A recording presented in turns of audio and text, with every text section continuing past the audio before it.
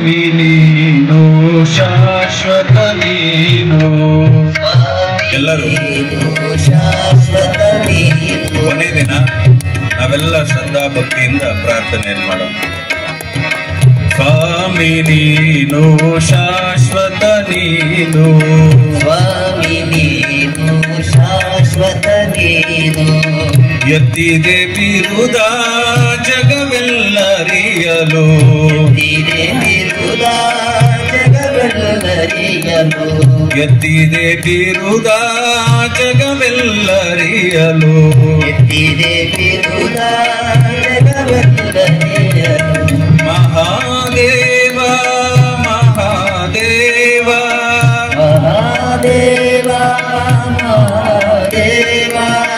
ಇಲ್ಲಿಂದ ಮುಂದೆ ಶಬ್ದವಿಲ್ಲ, ಇಲ್ಲಿಂದ ಮುಂದೆ ಶಾಪವಿಲ್ಲ. ಸ್ವಾಮಿ ನೀನು ಶಾಶ್ವತ ನೀನು, ಸ್ವಾಮಿ ನೀನು ಶಾಶ್ವತ ನೀನು, ಸ್ವಾಮಿ ನೀನು ಶಾಶ್ವತ ನೀನು.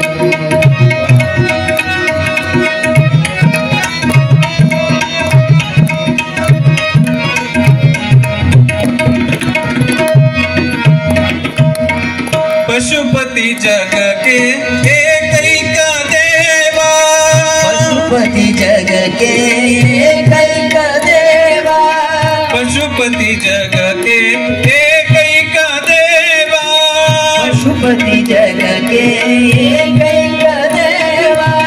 ಸ್ವರ್ಗಮಾರ್ಗ ಪಾತಾಳದೊಳಗೆ, ಸ್ವರ್ಗಮಾರ್ಗ ಪಾತಾಳದೊಳಗೆ, ಸ್ವರ್ಗಮಾರ್ಗ ಪಾತಾಳದೊಳಗೆ, ಸ್ವರ್ಗಮಾರ್ಗ ಪಾತಾಳದೊಳಗೆ. ಒಬ್ಬನೇ ದೇವ ಕೂಡಲ ಸಂಗಮ ದೇವ, ಒಬ್ಬನೇ ದೇವ ಕೂಡಲ ಸಂಗಮ ದೇವ. ಸ್ವಾಮಿ ನೀನು ಶಾಶ್ವತ ನೀನು, ಸ್ವಾಮಿ ನೀನು ಶಾಶ್ವತ ನೀನು.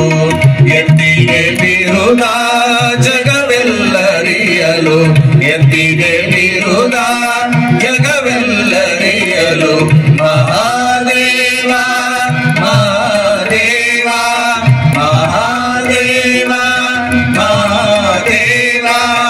ಇಲ್ಲಿಂದ ಮುಂದೆ ಶಬ್ದವಿಲ್ಲ, ಇಲ್ಲಿಂದ ಮುಂದೆ ಶಬ್ದವಿಲ್ಲ. ಸ್ವಾಮಿ ನೀನು ಶಾಶ್ವತ ನೀನು,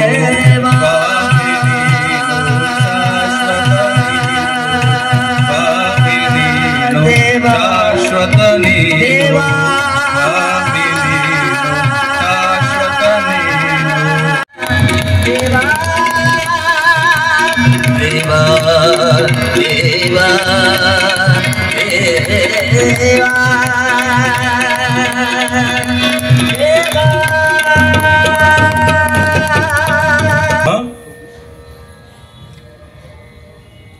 ಕಾಯದೊಳು ಗುರುಲಿಂಗ ಜಂಗಮ ದಾಯಿತವನ್ನ ರಿಲ್ಕೆ ಸುಲಭೋಪಾಯದಿಂದಿರಿಟ್ಟು ಬಾಹ್ಯಸ್ಥಳಕ್ಕೆ ಕುರುವಾಗಿ ದಾಯದೋರಿ ಸಮಸ್ತ ಭಕ್ತನಿ ಕಾಯವನ್ನು ಪಾವನ ಮಾಡಿದ ರಾಯಪೂರ್ವಾಚಾರ್ಯ ಸಂಗನ ಬಸವ ಶರಣಾರ್ಥಿ. ಆರಂಭದಲ್ಲಿ ವಿಶ್ವಗುರು ಬಸವ ತಂದೆಯನ್ನ ಜಗದಾದಿ ಜಗದ್ಗುರು ಪಂಚ ಆಚಾರ್ಯರನ್ನ ಸ್ಮರಣೆ ಮಾಡಿ ನಾಡಿನ ಎಲ್ಲ ಮಹಾತ್ಮರನ್ನ ಶರಣರನ್ನ ಶಿವಯೋಗಿಗಳನ್ನ ಸ್ಮರಣೆ ಮಾಡ್ತಾ ನಾಡು ಕಂಡಿರುವಂತ ಅಪರೂಪದ ನಡೆದಾಡುವ ದೇವರಾಗಿ ನಮ್ಮೆಲ್ಲರ ಬಾಳಿಗೆ ಅರಿವಿನ ಬೆಳಕನ್ನ ನೀಡಿರುವ ಪರಮ ಪೂಜ್ಯ ಜ್ಞಾನಯೋಗಿ ಶ್ರೀ ಸಿದ್ದೇಶ್ವರ ಮಹಾಸ್ವಾಮೀಜಿ ಅವರ ಶ್ರೀ ಚರಣಗಳಲ್ಲಿ ಅನಂತ ಕೋಟಿಯ ಪ್ರಣಾಮಗಳನ್ನು ಸಮರ್ಪಣೆ ಮಾಡಿ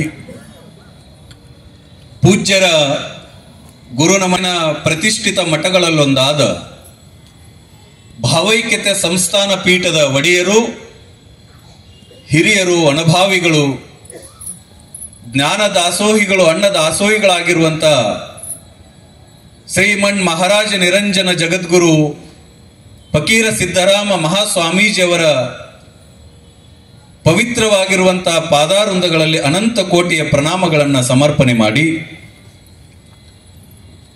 ಈ ಒಂದು ಕಾರ್ಯಕ್ರಮದಲ್ಲಿ ನಮ್ಮೊಂದಿಗೆ ಸದಾ ಶ್ರೀಮಠದ ಬೆನ್ನೆಲುಬಾಗಿ ನಿಂತಿರುವ ನಮಗೂ ಸಹ ಸಾಕಷ್ಟು ಮಾರ್ಗದರ್ಶಕರಾಗಿರುವ ನಮ್ಮ ಶಿವಯೋಗಿ ಮಠ ಅಣ್ಣವರಲ್ಲಿ ಕೂಡ ಶರಣಾರ್ಥಿಗಳನ್ನು ಸಮರ್ಪಣೆ ಮಾಡ್ತಾ ಸಂಗೀತ ಸೇವೆಯನ್ನು ಸಲ್ಲಿಸಿರುವಂತಹ ಪಂಡಿತ್ ಅಮರೇಶ್ ಕುಮಾರ್ ಹಾಗೂ ಹನುಮಂತ್ ಕುಮಾರ್ ಅವರೇ, ಸುಂದರವಾದ ಧ್ವನಿವರ್ಧಕದ ಸೇವೆಯನ್ನು ಮಾಡಿರುವಂತಹ ಧ್ವನಿವರ್ಧಕದ ವ್ಯವಸ್ಥಾಪಕರೇ, ನಿರೂಪಣೆ ಮಾಡುತ್ತಿರುವ ಸತೀಶ್ ಅವರೇ, ಪಟ್ಟಣ್ ಶೆಟ್ರೆ, ವಿಡಿಯೋ ಮತ್ತು ಫೋಟೋಗ್ರಾಫಿಯವರೇ, ಇಲ್ಲಿ ಕಸ ಹೊಡೆದ ಕೈಗಳೇ, ಚೇರ್ ಹಾಕಿದ ಕೈಗಳೇ, ಅಡಿಗೆ ಮಾಡಿದ ಕೈಗಳೇ, ಊಟ ಮಾಡಿ ಎಲ್ಲಿ ಅಲ್ಲೇ ಹೋದ ಕೈಗಳೇ, ಎಲ್ಲಾ ಕೈಗಳಿಗೂ ಕೂಡ ಆಗಮಿಸಿ 4 ನುಡಿಗಳನ್ನ ಕೇಳಿ ಜೀವನವನ್ನ ಪಾವನ ಮಾಡಿಕೊಳ್ಳಲು ಆಗಮಿಸಿದ, ಜೊತೆಗೆ ಈ ಸಮಾರಂಭದ ಮೇನ್ ಪಿಲ್ಲರ್ ಅಂದ್ರೆ ಈ ಸಮಿತಿಯವರು, ಮಹಾಜನ ಶೆಟ್ರ ಆದಿಯಾಗಿ ಉಳಿದೆಲ್ಲ ಯುವಕರು, ಆ ಎಲ್ಲ ಸಮಿತಿಯ ಪದಾಧಿಕಾರಿಗಳೇ, ತಮ್ಮೆಲ್ಲರ ಅಂತರಾತ್ಮಕ್ಕೆ ಶರಣು ಶಿವಶರಣಾರ್ಥಿಗಳು. ಅವ್ರು ಇವತ್ತು ಎಲ್ಲಿಂದ ಬಂದಾರಂದ್ರೆ ರಬಕವಿ ಬನಟ್ಟಿ ಒಳಗಿದ್ರು. ಸಿದ್ದೇಶ್ವರ ಸ್ವಾಮಿಗಳಿಗೂ ಕೂಡ ವಯಸ್ಸಾಗಿತ್ತು, ನೋಡಾಕ ಅವರೂ ತೆಳ್ಳಗ ಇದ್ರು. ಎಷ್ಟೇ ವಯಸ್ಸಾದ್ರೂ ಕೂಡ ಭಕ್ತರ ಮನೆಗೆ ಹೋಗೋದನ್ನ ನಿಲ್ಲಿಸಲಿಲ್ಲ, ಭಕ್ತರ ಅಪೇಕ್ಷೆವನ್ನ ಈಡೇರಿಸೋದು ನಿಲ್ಲಿಸಲಿಲ್ಲ. ಇವತ್ತು ಬರೇ ಸಿದ್ದೇಶ್ವರ ಸ್ವಾಮಿಗಳ ಗುರುವಂದನಾ ಕಾರ್ಯಕ್ರಮಕ್ಕೆ ಸಿರಟ್ಟಿ ಜಗದ್ಗುರುಗಳು ಬಂದಿಲ್ಲ, ಸಿರಟ್ಟಿ ಜಗದ್ಗುರು ಮಹಾಸನ್ನಿಧಿಯವರ ರೂಪದೊಳಗೆ ಸಿದ್ದೇಶ್ವರ ಅಜ್ಜವ್ರನ್ನ ಬಂದಾರ ಅನ್ನುವಂಥದ್ದನ್ನ ನಾವೆಲ್ಲ ತಿಳ್ಕೊಳ್ಳುವಂಥದ್ದು. ಎಷ್ಟು ವಯಸ್ಸಾದ್ರೂ ಕೂಡ ಅವ್ರು ಯಾವ ಭಕ್ತರಿಗೂ ಕೂಡ ಹೆಂಗ ಸಿದ್ದೇಶ್ವರ ಅಜ್ಜವರು ನೋವು ಉಂಟು ಮಾಡ್ತಿರ್ಲಿಲ್ಲ, ಯಾರಿಗೂ ಕೂಡ ಸಿರಟ್ಟಿಯ ಜಗದ್ಗುರುಗಳು ಇವತ್ತಿನ ದಿನ ಒಂದು ನೋವು ಉಂಟು ಮಾಡದೇ ಇರುವಂತ ಜಗದ್ಗುರುಗಳು ನಮ್ಮ ಕಣ್ಣು ಮುಂದದಾರಂದ್ರ ಅದು ಸಿರಹಟ್ಟಿಯ ಜಗದ್ಗುರು ಫಕೀರ ಸಿದ್ದರಾಮ ಮಹಾಸ್ವಾಮೀಜಿ ಅವರು ಅನ್ನೋದನ್ನ ಅರ್ಥ ಮಾಡ್ಕೊಳ್ಳೋದು. ನಾನು ಫೋನ್ ಮುಖಾಂತರ ಗುರುಗಳಿಗೆ ಭಿನ್ನ ಮಾಡಿಕೊಂಡೆ, ನಾನು ಸದಾ ಅವರ ಸೇವೆಯಲ್ಲಿ ಇರುವಂತವನು. ಭಿನ್ನ ಮಾಡಿಕೊಂಡಾಗ ಎಷ್ಟು ಸರಳ ಅದಾರಂದ್ರ ನೋಡ್ರಿ, ಇದು ಸಮಾಜ ತಿಳ್ಕೊಳ್ಬೇಕು. ಫೋನ್ ಮಾಡಿ ಬುದ್ಧಿ ದಯಮಾಡಿಸ್ಬೇಕು ಹಿಂಗಂತಂದಾಗ ಆಯ್ತ್ರಿ ದೇವ್ರು ಯಾವ ತಾರೀಕು ಅಂತಂದ್ರು. ಈ ತಾರೀಕು ಅಂದಾಗ ಅದನ್ನು ನೋಡಿ ಹೇಳ್ತೀನಿ ಅಂದ್ರು. ಸಾಯಂಕಾಲ ಗುರುಗಳ ಫೋನ್ ಮಾಡಿದ್ರು, ಸಾಯಂಕಾಲ ನಾನು ಬರ್ತೀನಿ, ನಿಮಗ ಆ ಡೇಟ್ ಬರ್ಕೋತೀನಿ ಅಂತ ಬರ್ಕೊಂಡ್ರು. ಬುದ್ಧಿ ಪತ್ರಿಕೆ ಪ್ರಿಂಟ್ ಆದ ತಕ್ಷಣ ಒಂದಿಷ್ಟು ಮಂದಿ ಹಿರಿಯರಿಗೆ ಕೊಟ್ಟು ಕಳಿಸ್ತೀನ್ರಿ ಅಂತಂದಾಗ ಪಾಪ ಅವರವ್ರ ಕೆಲಸದಾಗ ಇರ್ತಾರಪ್ಪ, ಯಾಕೆ ತೊಂದರೆ ಕೊಡ್ತೀರಿ, ಪತ್ರಿಕೆ ನನಗೆ ದೇವರು ನೀವ ನಿಮ್ಮ ಮೊಬೈಲ್ ಇಂದ ವಾಟ್ಸಪ್ ಮಾಡ್ರಿ ಸಾಕು, ನನಗೆ 10 ಮಂದಿ ಬಂದು ಕರೆದಷ್ಟ ನನಗೆ ಖುಷಿ ಅನ್ನುವಂತ ಮಾತನ್ನ ಜಗದ್ಗುರುಗಳು ಹೇಳ್ತಾರಂದ್ರ ಅವರು ಸರಳ ವ್ಯಕ್ತಿತ್ವ. ಇಂಥ ಮಹಾತ್ಮರು, ಇಂಥ ಶಿವಯೋಗಿಗಳು, ಇಂಥ ಜಗದ್ಗುರುಗಳು ಈ ನಾಡಿನೊಳಗದಾರಂತನ ಸಿದ್ದೇಶ್ವರಪ್ಪವ್ರು ಅಂತವ್ರು, ಜಗದ್ಗುರುಗಳಂತವ್ರು ಈ ನಾಡಿನೊಳಗದಾರಂತನ ನಮ್ಮ ನಾಡು ಇಷ್ಟನ್ನ ಬೆಳಕಿನೊಳಗೆ ಸಾಕ್ತಿದೆ. ಒಬ್ಬ ಗುರು ಆದವನಿಗೆ ಏನು ಲಕ್ಷಣ ಇರಬೇಕು, ಇದನ್ನು ಸಮಾಜ ತಿಳ್ಕೊಳ್ಬೇಕು, ಭಕ್ತರು ತಿಳ್ಕೊಳ್ಬೇಕು. ಯಾರನ್ರ ಹೋಗಿ ಗುರು ಅಂತ ಒಪ್ಕೊಳ್ಳಂಗಿಲ್ಲ. ಕಾವಿ ಬಟ್ಟೆ ಹಾಕ್ಯಾರ, ಬಿಳಿ ಬಟ್ಟೆ ಹಾಕ್ಯಾರ ಅಂದ ತಕ್ಷಣ ನಾವು ಗುರು ಅಂತ ಒಪ್ಕೋಬೇಕನ? ಆ ಗುರುಗಳಲ್ಲಿ ಒಂದಿಷ್ಟು ಲಕ್ಷಣಗಳು ಬೇಕಲ್ಲ. ಅದಕ್ಕೆ ಅನುಭಾವಿಗಳು ಹೇಳ್ತಾರ, ನೀವೊಬ್ಬನ್ನ ಗುರು ಅಂತ ಒಪ್ಕೋಬೇಕಾಗಿತ್ತು ಅಂದ್ರ ಅವನಲ್ಲಿ 3 ಲಕ್ಷಣಗಳಿರ್ಬೇಕಂತ. ಯಾವ 3 ಲಕ್ಷಣಗಳು ಅಂತ ಕೇಳಿದ್ರ, ಯಾವ ಮಠದೊಳಗಾಗ್ಲಿ, ಯಾವ ಗುರುವಿನ ಹತ್ರ ನೀನು ಹೋದಾಗ ಆ ಗುರುವಿನ ಹತ್ರ ನೀ ಕುಂತೆ ಅಂದ್ರ ತಮ್ಮ ನಿನಗ ಅನಿಸ್ಬೇಕು ಏನಂತಂದ್ರ, ನಾನ್ ನನ್ನ ತಾಯಿ ಜೊತೆಗಿನ ಕುಂತೀನಿ ಅಂತ ನಿನಗೆ ಭಾವನೆ ಬರಬೇಕು. ಆ ಭಾವನೆ ಬತ್ತು ಅಂದ್ರ ಅದು 1ನೇ ಲಕ್ಷಣ ಗುರುವಿಂದು, ಅವನನ್ನ ನೀ ಗುರು ಅಂತ ಒಪ್ಪುಗು ಅಂತಾರ ದಾರ್ಶನಿಕರು. ನೀ ಮಠದಾಗ ಹೋಗಿ ಕುಂತಾಗ ನಿಮ್ಮ ತಾಯಿ ಬೇರೆ ಅಲ್ಲ, ಕುಂತಿರುವ ಗುರು ಬೇರೆ ಅಲ್ಲ, ನನ್ನ ತಾಯಿ ಜೊತೆಗಿನ ನಾ ಕುಂತೀನಿ ಅನ್ನೋ ಭಾವನಾ ಬರಬೇಕು, ಅವನನ್ನು ಗುರು ಅಂತ ಒಪ್ಪುಗು ಅಂತಾರ. ನೀವ್ ಯಾರ ತಕ್ಕರ ಹೋಗಿ ಕುಂತಾಗ ತಾಯಿ ಅಂತ ಭಾವನೆ ಬರ್ಲಿಲ್ಲ ಅಂದ್ರ ಅಲ್ಲೇನೋ ನಿಮ್ ಮನಸ್ಸಿನಾಗಿಂದ ಹೇಳಕ್ ಹೋಗ್ಬೇಡ್ರಿ. ಎರಡನೇ ಲಕ್ಷಣ ಹೇಳ್ತಾರ. ಏನ್ ಲಕ್ಷಣ? ಗುರುವನ್ನ ತಾಯಿಯ ಸ್ವರೂಪದೊಳಗೆ ಕಂಡು ಆ ತಾಯಿನ ಜೊತೆಗೆ ಕುಂತೀನಿ ಅಂತ ಒಂದನೇ ಲಕ್ಷಣ ಆದ್ರ, ಯಾವ ಗುರುವಿನ ಹತ್ರ ಕುಂತೀರಿ ನಿಮ್ಮ ಮನಸ್ಸಿನೊಳಗೆ ಇದ್ದಿದ್ದನ್ನು ಒಟ್ಟು ಅವ್ರ ಮುಂದೆ ಇವತ್ತು ಹೇಳೇ ಬಿಡ್ಬೇಕನ್ನೋ ಭಾವನಾ ಬಂತು ಅಂದ್ರ ಅದು ಗುರುವಿನ ಎರಡನೇ ಲಕ್ಷಣ. ಅವನನ್ನು ಗುರು ಅಂತ ಒಪ್ಕೊಡ್ರಿ ಅಂತಾರ ದಾರ್ಶನಿಕರು. ಏನು ಇಟ್ಕೋಬಾರ್ದ್ರಪ್ಪ, ಇವತ್ತು ನಾನು ಹೇಳ್ಬಿಡ್ಬೇಕು ಅವ್ರ ಮುಂದೆ. ನನ್ನ ಕಷ್ಟ ಸುಖ ದುಃಖ ಎಲ್ಲ ಏನೇನದ ಎಲ್ಲವನ್ನೂ ಹೇಳಿಬಿಡ್ಬೇಕು, ಒಂದನ್ನು ಮನಸ್ಸಿನಾಗ ಇಟ್ಕೋಬಾರ್ದು ಅಂತ ಹೇಳಿ ನಿಮಗೆ ಅನಿಸ್ಬೇಕು. ಇದು ಎರಡನೇ ಲಕ್ಷಣ. ಮೂರನೇದು. ಇನ್ನು ಮೂರನೇ ಲಕ್ಷಣ ಏನು? ಯಾವ ಗುರುವಿನ ಹತ್ರ ನೀವು ಹೋಗಿ ಕುಂತಿರ್ತೀರಿ, ನಾನು ಕುಂತಿದ್ದು ಕೇವಲ ಒಬ್ಬ ಗುರುವಿನ ಜೊತೆಗಲ್ಲ, ನಾನು ಕುಂತಿದ್ದ ಸಾಕ್ಷಾತ್ ಭಗವಂತನ ಜೊತೆಗೆ ಕುಂತೀನಿ ಅನ್ನೋ ಭಾವನಾ ಬಂತು ಅಂದ್ರ, ಈ ಮೂರು ಲಕ್ಷಣಗಳ ಸಿಕ್ಕು ಅಂದ್ರ, ಆ ಕಂಡು ಬಂದು ಅಂದ್ರ ಅವನನ್ನು ಗುರು ಅಂತ ನಿಸ್ಸಂಕೋಚವಾಗಿ ಒಪ್ಪುವಂತ ತಿಳ್ಕೊಂಡು ಅನುಭಾವಿಗಳು ಹೇಳ್ತಾರೆ. ಸಿದ್ದೇಶ್ವರ ಸ್ವಾಮೀಜಿಯವರ ಹತ್ತಿರ ಈ ಮೂರೂ ಲಕ್ಷಣಗಳಿದ್ದು ನೋಡಿ. ಈ ಮೂರೂ ಲಕ್ಷಣ ಇದ್ದು ಯಾರಾದ್ರೂ ಹೋಗಿ ಕುಂತ್ರ ಸಾಕು ಅವ್ರ ಹತ್ರ, ಸಾಕ್ಷಾತ್ ನನ್ನ ತಾಯಿ ಜೊತೆಗಿನ ಕುಂತೇನಪ್ಪ. ಅವ್ರದ್ದು ತಾಯಿ ಹೃದಯ ಆಗಿತ್ತು. ಎಲ್ಲಾ ಮನಸ್ಸಿನಾಗಿಂದ ಹೇಳ್ಬಿಡುವ ಕಪ್ಪವ್ರಿಗೇನು ಭಾವನಾ ಬರ್ತಿತ್ತು. ದೇವ್ರು ಬೇರೆ ಅಲ್ಲ, ಸಿದ್ದೇಶ್ವರಪ್ಪಗಳು ಬೇರೆ ಅಲ್ಲ. ಆ ದೇವ್ರ ಮೇಲಿದಾನಂದ್ರ ಇವ್ರು ನಡೆದಾಡುವ ದೇವ್ರಪ್ಪ, ಇವ್ರ ಮುಂದೆಲ್ಲ ಹೇಳಬೇಕನ್ನಿಸ್ತಿತ್ತು. ಹೋದವರೆಲ್ಲರೂ ಸಿದ್ದೇಶ್ವರ ಅಪ್ಪವರನ್ನ ದೇವರು ದೇವರು ದೇವರು ಅಂತ ಕರೆದ್ರ ಕಾರಣ ಒಬ್ಬ ಗುರುವಿನ ಬದುಕು ಅಷ್ಟು ಸುಂದರವಾಗಿತ್ತು. ಗುರುವಿನ ಬದುಕು ಅಷ್ಟು ಸುಂದರವಾಗಿತ್ತು. ಹೆಣ್ಣಿಗಾಗಿ ಬಂದಾತನಲ್ಲ, ಹೊಣ್ಣಿಗಾಗಿ ಬಂದಾತನಲ್ಲ, ಮಣ್ಣಿಗಾಗಿ ಬಂದಾತನಲ್ಲ, ಭಕ್ತರಿಗೆ ಭಕ್ತಿಯ ಪಥವ ತೋರ ಬಂದಾತ ಅಂತಾರೆ ಶರಣರು. ಅವರು ತಮಗಾಗಿ ಬಂದವರಲ್ಲ, ಹೆಣ್ಣಿಗಾಗಿ ಬಂದವರಲ್ಲ, ಮಣ್ಣಿಗಾಗಿ ಬಂದವರಲ್ಲ, ಹೊಣ್ಣಿಗಾಗಿನೂ ಬಂದವರಲ್ಲ. ಮಲಗುವಾಗ ಒಂದಿಷ್ಟು ನಕ್ಕೋತ ಮಲಗೋದು, ಎಳುವಾಗ ಒಂದಿಷ್ಟು ನಕ್ಕೋತ ಎಳುವುದೇ ಜೀವನ ಅಂತ ಅನ್ಕೊಂಡು ಸದಾ ಹಸನ್ಮುಖಿಯಾಗಿ ಸದಾ ಜೀವನವನ್ನು ಸುಂದರವಾಗಿ ಕಳೆದವರು ಸಿದ್ದೇಶ್ವರಪ್ಪವರು. ಪ್ರಕೃತಿಯನ್ನ ಪ್ರೀತಿ ಮಾಡಿದ್ರು, ಗಿಡಮರಗಳನ್ನ ಪ್ರೀತಿ ಮಾಡಿದ್ರು, ಪಶು ಪಕ್ಷಿಗಳನ್ನ ಪ್ರೀತಿಸಿದ್ರು, ಸಾಧಾರಣವಾಗಿರುವಂತ ಒಂದು ಹೂವನ್ನು ಕೂಡ ಪ್ರೀತಿ ಮಾಡಿದ್ರು, ಮನುಷ್ಯರಿಗೆ ಅರಿವನ್ನು ನೀಡಿದ್ರು. ಬದುಕುವ ಕಲೆ ಹೆಂಗ? ಕಾರಣ ಅವರವರ ಪ್ರವಚನ ಎಲ್ಲೆಲ್ಲ ನಡೆದಿರ್ತದ, ಅಲ್ಲೆಲ್ಲೆಲ್ಲ ಹೋದಲ್ಲೆಲ್ಲ ಏನ್ ಹೇಳ್ತಿದ್ರು ಸಿದ್ದೇಶ್ವರಪ್ಪವರು ಅಂತಂದ್ರ, ನಿಮ್ಮ ಊರಾಗ ಸಾಲಿನ ಚಲೋ ನಡೆಸ್ಕೊಂಡು ಹೋಗ್ರಿಪ್ಪ, ಮಕ್ಕಳಾದವ್ರು ಚಲೋ ಬೆಳೆದ್ರೆ ಈ ನಾಡಿನ ನಾಗರಿಕತೆ ಬೆಳೀತದ, ಈ ನಾಡಿನ ಭವಿಷ್ಯ ಇರೋದೇ ಮಕ್ಕಳ ಕೈಯಾಗ. ಅವ್ರಿಗೆ ಒಳ್ಳೆ ಶಿಕ್ಷಣ ಕೊಡ್ರಿ. ಯಾರ್ದಾರ ಮನೆಗೆ ಹೋದ್ರ ಸಾಕು, ಅವ್ರ ಮನಿ ಒಳಗನೂ ಕೂಡ ಇವ್ರು ನಮ್ಮ ಮಕ್ಕಳ್ರಿ ಅಂತ ಪರಿಚಯ ಮಾಡಿಸಿದ್ರ, ಅವ್ರಿಗೂ ಕೂಡ ಏನ್ ಹೇಳ್ತಿದ್ರು ಅಂದ್ರ, ನಿಮ್ ಮಕ್ಕಳನ್ನ ಚಂದ ಓದಿಸ್ರಿ, ಸುಂದರವಾಗಿ ಓದ್ಲಿ ಅವರು ಅಂತಿದ್ರು. ಅವ್ರು ನಿಮ್ ಮಕ್ಕಳಿಗೆ ಆಸ್ತಿ ಮಾಡ್ರಿ ಅಂತ ಹೇಳಲಿಲ್ಲ. ನಾವು ಮಕ್ಕಳಿಗೆ ಆಸ್ತಿ ಮಾಡ್ತೀವಿ. ಮಕ್ಕಳಿಗೆ ಆಸ್ತಿ ಮಾಡೋದಕ್ಕಿಂತ ಮಕ್ಕಳನ್ನ ಒಂದು ದೊಡ್ಡ ಆಸ್ತಿ ಮಾಡುವಂತದ್ದು ನಿಜವಾದ ತಂದೆ ತಾಯಿಯ ಕರ್ತವ್ಯ ಅಂತ ತಿಳ್ಕೊಂಡು ಈ ನಾಡಿನಲ್ಲಿ ಸಾಕಷ್ಟು ಜನ ಮಹಾತ್ಮರು ಹೇಳ್ಕೊಂಡು ಬಂದ್ರು. ಅವರಿಗೆ ಗೊತ್ತಿತ್ತು ಎಷ್ಟೆಲ್ಲ ನಾವು ಪ್ರವಚನ ಮಾಡಿದ್ವಿ, ಏನೆಲ್ಲ ಮಾಡಿದ್ರು ಜನ ಮರೆತು ಹೋಗ್ತದ. ಇವ್ರನ್ನ ಅವಾಗ ಬಡದ್ ಎಚ್ಚರಿಸಲೇಬೇಕು, ಪದೇ ಪದೇ ಇವರಿಗೆ ಅರಿವನ್ನು ತುಂಬಲೇಬೇಕು.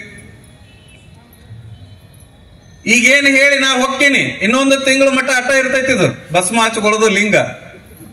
ಮತ್ತ ಲಿಂಗ ಎಲ್ಲಿತ್ತು ಸಂಗಯ್ಯ, ಅಲ್ಲೇ ಇತ್ತು. ಭಸ್ಮ ಒಂದು 4 ದಿನ ಅಜ್ಜವ್ರು ಹೇಳ್ಯಾರ ಅಂತ ಹೇಳಿ ನೋಡ್ಬೇಕು ನೀವು, ರಬ್ಬಗ ಹಚ್ಕೊಂಡು ಅದ್ರ ಮೇಲೆ ಕುಂಕುಮ ಹಚ್ಕೊಂಡು ಏನ್ ಹೊಂಟ್ರ ಅಕ್ಕಮಾದೇವಿನ ಹೊಂಟಾಳ ನಂಗೆ. ಈಗ ಯಾವ್ದಾರ ಮತ್ ಒಂದ್ ವಾರ ಆದ್ಮೇಲೆ ಮತ್ ಏನಾರ ಒಂದ್ ಚಲೋ ಪಿಕ್ಚರ್ ಬಂದ್ರೆ ಅಕ್ಕಮಾದೇವಿ ಪತ್ತಿರ್ಲಾರಂಗ್ ಹೋಗಿರ್ತಾಳ. ಆಚಾರ ವಿಚಾರಗಳು ಕೇವಲ ಒಂದು ವಾರಕ್ಕೆ ಸೀಮಿತ ಆಗಬಾರ್ದು. ಅವರು ಜೀವನ ಪರ್ಯಂತರ ಆಚಾರ ವಿಚಾರದಿಂದ ಕೂಡಿಕೊಂಡು ಸದ್ಭಕ್ತರಾಗಿ ಸನ್ಮಾರ್ಗದಲ್ಲಿ ನಡಿಬೇಕು ಅನ್ನುವಂತ ತತ್ವ ಸಿದ್ದೇಶ್ವರಪ್ಪ ಅವ್ರದಾಗಿತ್ತು. ಅದಕ್ಕ ಶರಣರು ಹೇಳಿದ್ರು, 100 ನೋದಿ 100 ಕೇಳಿದಡೇನು, ಎಷ್ಟು ಹೇಳಿದ್ರೆ ಏನು, ಎಷ್ಟು ಓದಿದ್ರೆ ಏನು. 100 ನೋದಿ 100 ಕೇಳಿದಡೇನು, ಆಸೆ ಅರಿಯದು ರೋಷ ಬಿಡೋದು. ಆಸೆ ಅರಿಯದು, ರೋಷ ಬಿಡೋದು. ಮಜ್ಜನ ಕೆರೆದು ಫಲವೇನು, ಮಾತಿನಂತೆ ಮನವಿಲ್ಲದೆ ಜಾತಿ ಡಂಬರವ ನೋಡಿ ನಗುವ ನಮ್ಮ ಕೂಡಲ ಸಂಗಮ ದೇವ. ನೋಡ್ರಷ್ಟು ಸುಂದರ ಬರೀತ. ಎಷ್ಟು ಓದಿದ್ರೆ ಏನೈತಪ್ಪ, ಎಷ್ಟು ಕೇಳಿದ್ರೆ ಏನೈತಿ. ಒಳಗಿನ ದ್ವೇಷನ ಬಿಡಂಗಿಲ್ಲ ನಾವು. ಅಯ್ಯ ಅವನು ಬಂದಾನ, ಪ್ರವಚನಕ್ಕೆ ಬರ್ಲಾರ್ದವ ಬಂದಾನಂತ ಇಲ್ಲೇ ಕುಂತ ಕೇಳ್ಕೊತಾನ ಅಂತಿರ್ತಾರ. ಒಳಗೆ ನಮ್ಮವ್ರು ಯಾರೇ ಆಗ್ಲಾರ್ದವ್ರು ಬಂದಿದ್ರ ಅಂದ್ರ ನಮ್ ಕಣ್ಣು ಅವ್ರ ಮೇಲೆ ಇರ್ತೈತಿ, ನನ್ನ ಮೇಲೆ ಇರಂಗಿಲ್ಲ. ಆಸೆ ಅರಿಯೋದು, ರೋಷ ಬಿಡೋದು. ಏನೂ ಇಲ್ಲಪ್ಪ ಜಗತ್ನ್ಯಾಗ. ಅಜ್ಜೋರು ಏನೂ ತರ್ಲಿಲ್ಲ, ಹೋಗುವಾಗ ಏನೂ ಒಯ್ಲಿಲ್ಲ, ಬಯಲೊಳಗ ಬಯಲಾಗಿ ಹೋಗ್ಬಿಟ್ರು. ಸಿದ್ದೇಶ್ವರ ಸ್ವಾಮಿಗಳಂತೂ 1.5 ತಾಸು ಪ್ರವಚನ ಕೇಳ್ತೇವಿ. ಹೋಗು ಮುಂದಾಗಿ ಏನಾರ ಒಂದಿಷ್ಟು ಚಲೋ ಸೇಬು ಹಣ್ಣಿನ ಗಿಡ ಅಲ್ಲಿ ಅಂಗಡಿ ಹಚ್ಚಿದ್ದ, ಒತ್ತು ಬಂಡ್ಯಾಗ ಹಚ್ಕೊಂಡಿದ್ದ ಅಂದ್ರ ಸೇಬು ಚಲೋ ಅದಾವ ನೋಡು, ಚಲನ. ಯಾರು ಒಬ್ರು ಮಗಳು ಕೂತವ್ರು ಸೀರೆ ಉಟ್ಕೊಂಡು ಬಂದಿದ್ರ ಅಂದ್ರ ಕೇಳ್ತಂದೆ, Hubballi Gangavati silk and palace ನಾಕಂದೆ. ಚಲನ. ಆಸೆ ಅರಿಯೋದು, ರೋಷ ಬಿಡೋದು. ಮಜ್ಜನ ಕೆರೆದು ಫಲವೇನು, ಮಾತಿನಂತೆ ಮನವಿಲ್ಲ ಜಾತಿ ಡಂಬರವ ನೋಡಿ ನಗುವ ನಮ್ಮ ಕೂಡಲ ಸಂಗಮ. ನಮ್ಮ ಮಾತಿನಂಗ ನಮ್ಮ ಮನಸ್ಸಿಲ್ಲ, ಮನಸ್ಸಿದ್ದಂಗ ಮಾತಿಲ್ಲ. ಒಳಗ ಒಂದು, ನುಡಿಯೋದು ಒಂದು. ಅದಕ್ಕೆ ನಾವೆಲ್ಲರೂ ಇಲ್ಲೇ ಕುಂತೇವಿ. ಅವ್ರು ಯಾಕೆ ನಡೆದಾಡುವ ದೇವರಾಗಿ ಮೇಲೆ ಹೋದ್ರು ಅಂದ್ರ ಮಾತನೂ ಒಂದಾಗಿತ್ತು, ನಡೆ ನುಡಿನೂ ಒಂದಾಗಿತ್ತು ಅನ್ನೋದಕ್ಕೆ ಸಿದ್ದೇಶ್ವರಪ್ಪರು ಇವತ್ತು ದೊಡ್ಡವರಾಗಿ ದೇವರಾಗಿ ನಮ್ಮ ಕಣ್ ಮುಂದೆ ಕಾಣ್ತಾರ. ಅದಕ್ಕೆ ಅವರ ಸ್ಮರಣೆಯಾಗಿ ಗುರು ನಮನ. ಕರ್ತೃ ಫಕೀರೇಶ್ವರರ ಹತ್ರ ಸಿರಟ್ಟಿಯ ಮಠ ಎಷ್ಟು ದೊಡ್ಡ ಭಾವೈಕ್ಯತೆ ಪೀಠ. ಸಿರಟ್ಟಿಯ ಮಠದೊಳಗ ಕರ್ತೃ ಫಕೀರೇಶ್ವರ ಕುಂತಾಗ ಯಾರಾದ್ರೂ ತಮ್ಮ ಕಷ್ಟ ನಷ್ಟಗಳು ಅಂತ ಹೋದ್ರು ಸಾಕ, ಅವರೆಲ್ಲ ಕಷ್ಟ ನಷ್ಟಗಳನ್ನು ದೂರ ಮಾಡುವಂತ ಶಕ್ತಿ ಕರ್ತೃ ಫಕೀರೇಶ್ವರಲ್ಲಿತ್ತು ಅನ್ನುವಂಥದ್ದು. ಅವರು ದೊಡ್ಡವರು, ಹಿಂದಿನ ಗುರುಗಳು. ಕರ್ತೃ ಫಕೀರೇಶ್ವರಂತೂ ದೊಡ್ಡ ತಪಸ್ವಿಗಳು. ನಮ್ಮ ಬಿಜಾಪುರ ಜಿಲ್ಲೆಯಿಂದ ಈ ಕಡೆ ಬರ್ತಾರೆ. ಎಷ್ಟು ಯೋಗ ನೋಡಿ. ಸಿದ್ದೇಶ್ವರಪ್ಪರು ಬಿಜಾಪುರದವರು, ಅವ್ರ ನಿಮಿತ್ತವಾಗಿ ಹೇಳಾಕ್ ಬಂದವರು ಬಿಜಾಪುರದವರು. ಇವತ್ತೇನು ಸಾನ್ನಿಧ್ಯ ವಹಿಸಾರ ಅಪ್ಪವ್ರವ್ರು ಸಿರಟ್ಟೆ ಅವರಲ್ಲ. ಸಿರಟ್ಟೆ ಅವರ ಮತ್ ನೀವು ಸಿರಟ್ಟೆ ಅವರಲ್ಲ ಅಂದ್ರೆ ಯಾವ ಊರ್ರಿ ಅಂದಿರಿ. ಮತ್ ಈಗ ಸಿರಟ್ಟೆ ಅಜ್ಜವರು, ಸಿರಟ್ಟಿ ಸನ್ನಿಧಿಯವರು. ಆದ್ರ ಮೂಲ ಸನ್ನಿಧಿಯವರು ಯಾವೂರು ಅಂತಂದ್ರ ಇವತ್ತು ಸಾನ್ನಿಧ್ಯ ವಹಿಸಿದ ಪೂಜ್ಯರು ಕೂಡ, ಜಗದ್ಗುರುಗಳು ಕೂಡ ಅವರು ಮೂಲ ಬಿಜಾಪುರದವರು ಅನ್ನುವಂಥದ್ದನ್ನ ನಾವು ಅರ್ಥ ಮಾಡ್ಕೊಳ್ಬೇಕು. ಯೋಗ ಅನ್ನೋದು ಇಷ್ಟು ದೊಡ್ಡದು ನೋಡ್ರಿ, ಅದು ಸುಮ್ಮನೆ ಕೂಡ್ಸೋದಿಲ್ಲ. ಎಲ್ಲಾರನು ಅಜ್ಜವರು ಬಿಜಾಪುರದವರು, ಹೇಳಾಕ್ ಬಂದ ಸ್ವಾಮಿನೂ ಬಿಜಾಪುರದವರು, ಕೇಳಾಕ್ ಬಂದವ್ರ ಅಟ್ಟ ನವನಗರದವರು. ಬಂದ್ಬಿಡ್ರಿ ನೀವು ನಮ್ಮ ಕಡೆ, ಸುಮ್ಮ ಆ ಕಡೆ ಹೋಗೋಣ. ಬಿಜಾಪುರಕ್ಕೆ ಯಾರ್ಯಾರು ಬರ್ತೀರಿ ಕೈ ಎತ್ತರಿ. 1 2 3 ಶಟ್ರ ಒಂದು ಗಾಡಿ ಮಾಡ್ರಿ. ಬಿಜಾಪುರ ಅಂದ್ರ ಅದು ಶರಣರ ನಾಡು. ನಿಮ್ಮದು ನಾಡೇನು ಸಾಮಾನ್ಯ ಅಲ್ಲ. ಮೊನ್ನೆ ಹೇಳಿ ಎಂತೆಂತ ಉಣಕಲ್ ಸಿದ್ದಪ್ಪಜ್ನಂತವ್ರು, ಸಿದ್ದಾರೂಢರಂತವ್ರು, 3000 ಮಠದ ಗುರುಸಿದ್ದೇಶ್ವರಂತವ್ರು, ಇವರೆಲ್ಲ ನೆಲೆಸಿದ ನಾಡಿದು. ಆದ್ರೆ ನಾವು ನಿಮ್ಗೆ ದೊಡ್ಡವ್ರು ಅನ್ಕೋತೇವ್ ಸ್ವಲ್ಪ. ಯಾಕ ಅಂತಂದ್ರ ನಮ್ಮ ನಾಡಿನೊಳಗ, ನಮ್ಮ ಜಿಲ್ಲಾದಾಗ ಅಪ್ಪ ವಿಶ್ವಗುರು ಬಸವಣ್ಣ ಹುಟ್ಟ್ಯಾನ. ನಮ್ಮ ನಾಡುನೂ ಕೂಡ ಬಹಳಷ್ಟು ದೊಡ್ಡದು.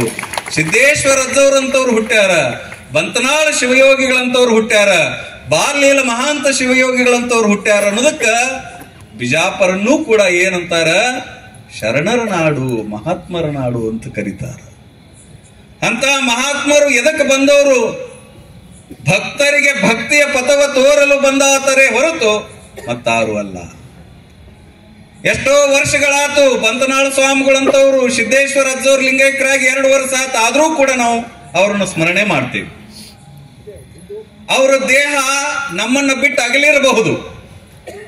ಅವರ ನುಡಿ, ಅವರ ಮಾತು, ಅವರ ನಡೆ, ಅವರ ಆಚಾರ, ಅವರು ನೀಡಿದ ಅರಿವು ಇವೆಲ್ಲ ನಮ್ಮ ಕಣ್ಮುಂದ ನಮ್ಮ ಕಿವಿಯೊಳಗ ಇವತ್ತೂ ಕೂಡ ಸ್ಮರಣೆ ಮಾಡ್ತೀವಿ. ಮಹಾತ್ಮರು ಕೊಟ್ಟಿರುವಂತಹದ್ದು ಯೋಗ ಯಾವುದು ಇದೆ. ಅದಕ್ಕೆ ಅಲ್ಲಮ ಪ್ರಭುದೇವರು ಬರೀತಾರೆ, ಏನು? ಬೆಣ್ಣೆಯ ಕಂದಲ ಕರಗಲಿತ್ತಡೆ ಪಾತ್ರೆ ಕರಗಿತ್ತು ಬೆಣ್ಣೆ ಉಳಿದಿತ್ತು ಅಂತ. ಎಷ್ಟು ಚಲೋ ಮಾತು. ನೀವು ಮನೆಯೊಳಗ ಪಾತ್ರೆಯೊಳಗ ಬೆಣ್ಣೆ ಕಾಯ್ಸಾಕ್ ಇಡ್ತೀರಿ, ಕರಗೋದು ಯಾವುದು? ಬೆಣ್ಣೆ ಕರಗ್ತದ, ಪಾತ್ರ ಕರಗ್ತದ. ಯಾವ್ದು ಹೇಳ್ರಿ ಜೋರ್? ಕರಿಗೆ ಏನಾಕೈತಿ? ತುಪ್ಪ ಏನಾಕೈತಿ? ಹೊಟ್ಟೆಗೆ ಹೋಗೈತ. ಕಾರಣ ಏನು ಅಂದ್ರ, ಸಾಮಾನ್ಯರ ಬದುಕಿನಲ್ಲಿ ನೋಡ್ರಿ ಎಷ್ಟು ಚಂದ ಅದ ಅಂದ್ರ, ನಾವು ಬೆಣ್ಣೆಯನ್ನ ಕರಗಾಕ್ ಇಟ್ಟಿವಿ ಪಾತ್ರೆಯೊಳಗಂದ್ರ ಪಾತ್ರೆಯೊಳಗಿರೋ ಬೆಣ್ಣೆ ಕರಗ್ತದ, ಅದು ತುಪ್ಪ ಹಾಕೈತಿ. ಅದನ್ನ ಅಲ್ಲಮ ಪ್ರಭುದೇವರಂತಾರ, ಬೆಣ್ಣೆಯ ಕಂದಲ ಕರಗಲಿತ್ತಡೆ ಪಾತ್ರೆ ಕರಗಿತ್ತು ಬೆಣ್ಣೆ ಉಳಿದಿತ್ತು ಅಂತ. ಬೆಡಗಿನ ವಚನ.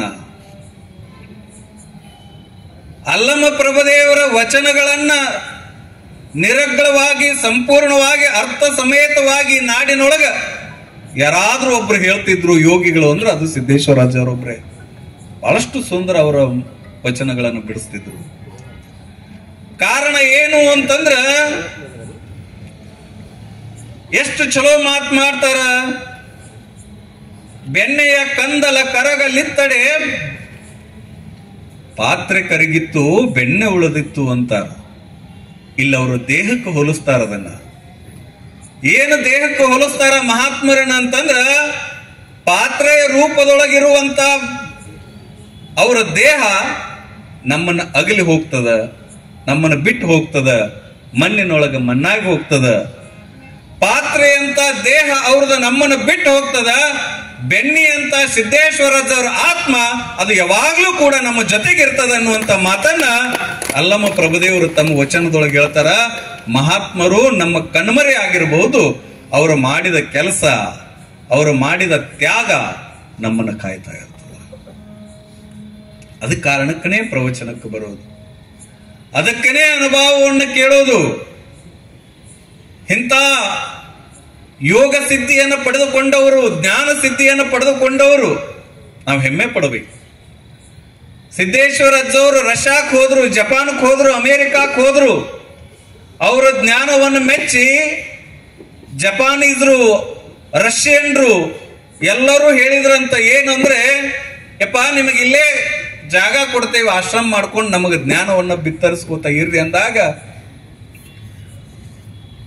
ಸ್ವರ್ಗಾದಪಿ ಗರಿಯಸಿ ಅನ್ನುವಂತ ಮಾತು ಏನು, ನಾವು ಹುಟ್ಟಿದ ನೆಲವೇ ನಮಗೆ ಸ್ವರ್ಗ ಅನ್ನುವಂತ ಮಾತನ್ನ ತಿಳ್ಕೊಂಡಿರುವಂತ ಸಿದ್ದೇಶ್ವರಪ್ಪರು ಅಂತಾರ, ನಾನು ಜಗತ್ತಿನೊಳಗೆ ಎಲ್ಲಾ ಕಡೆನೂ ಕೂಡ ತಿರುಗಾಡಿ ಬರ್ತೀನಿ, ಆದ್ರೆ ನನ್ನ ಕೊನೆಯ ಕ್ಷಣಗಳನ್ನ ನಾನು ಭಾರತ ದೇಶದೊಳಗ ನನ್ನ ನೆಲದೊಳಗೆ ಕಳಿತೀನಿ ಅನ್ನುವಂತ ಮಾತನ್ನ ವಿಶ್ವದೊಳಗಿರುವಂತ ಎಲ್ಲಾ ರಾಷ್ಟ್ರಗಳಿಗೆ ಸಂದೇಶ ಕೊಡ್ತಿದ್ರು ಅನ್ನುವಂಥದ್ದನ್ನ ನಾವು ಕೇಳ್ತೇವೆ.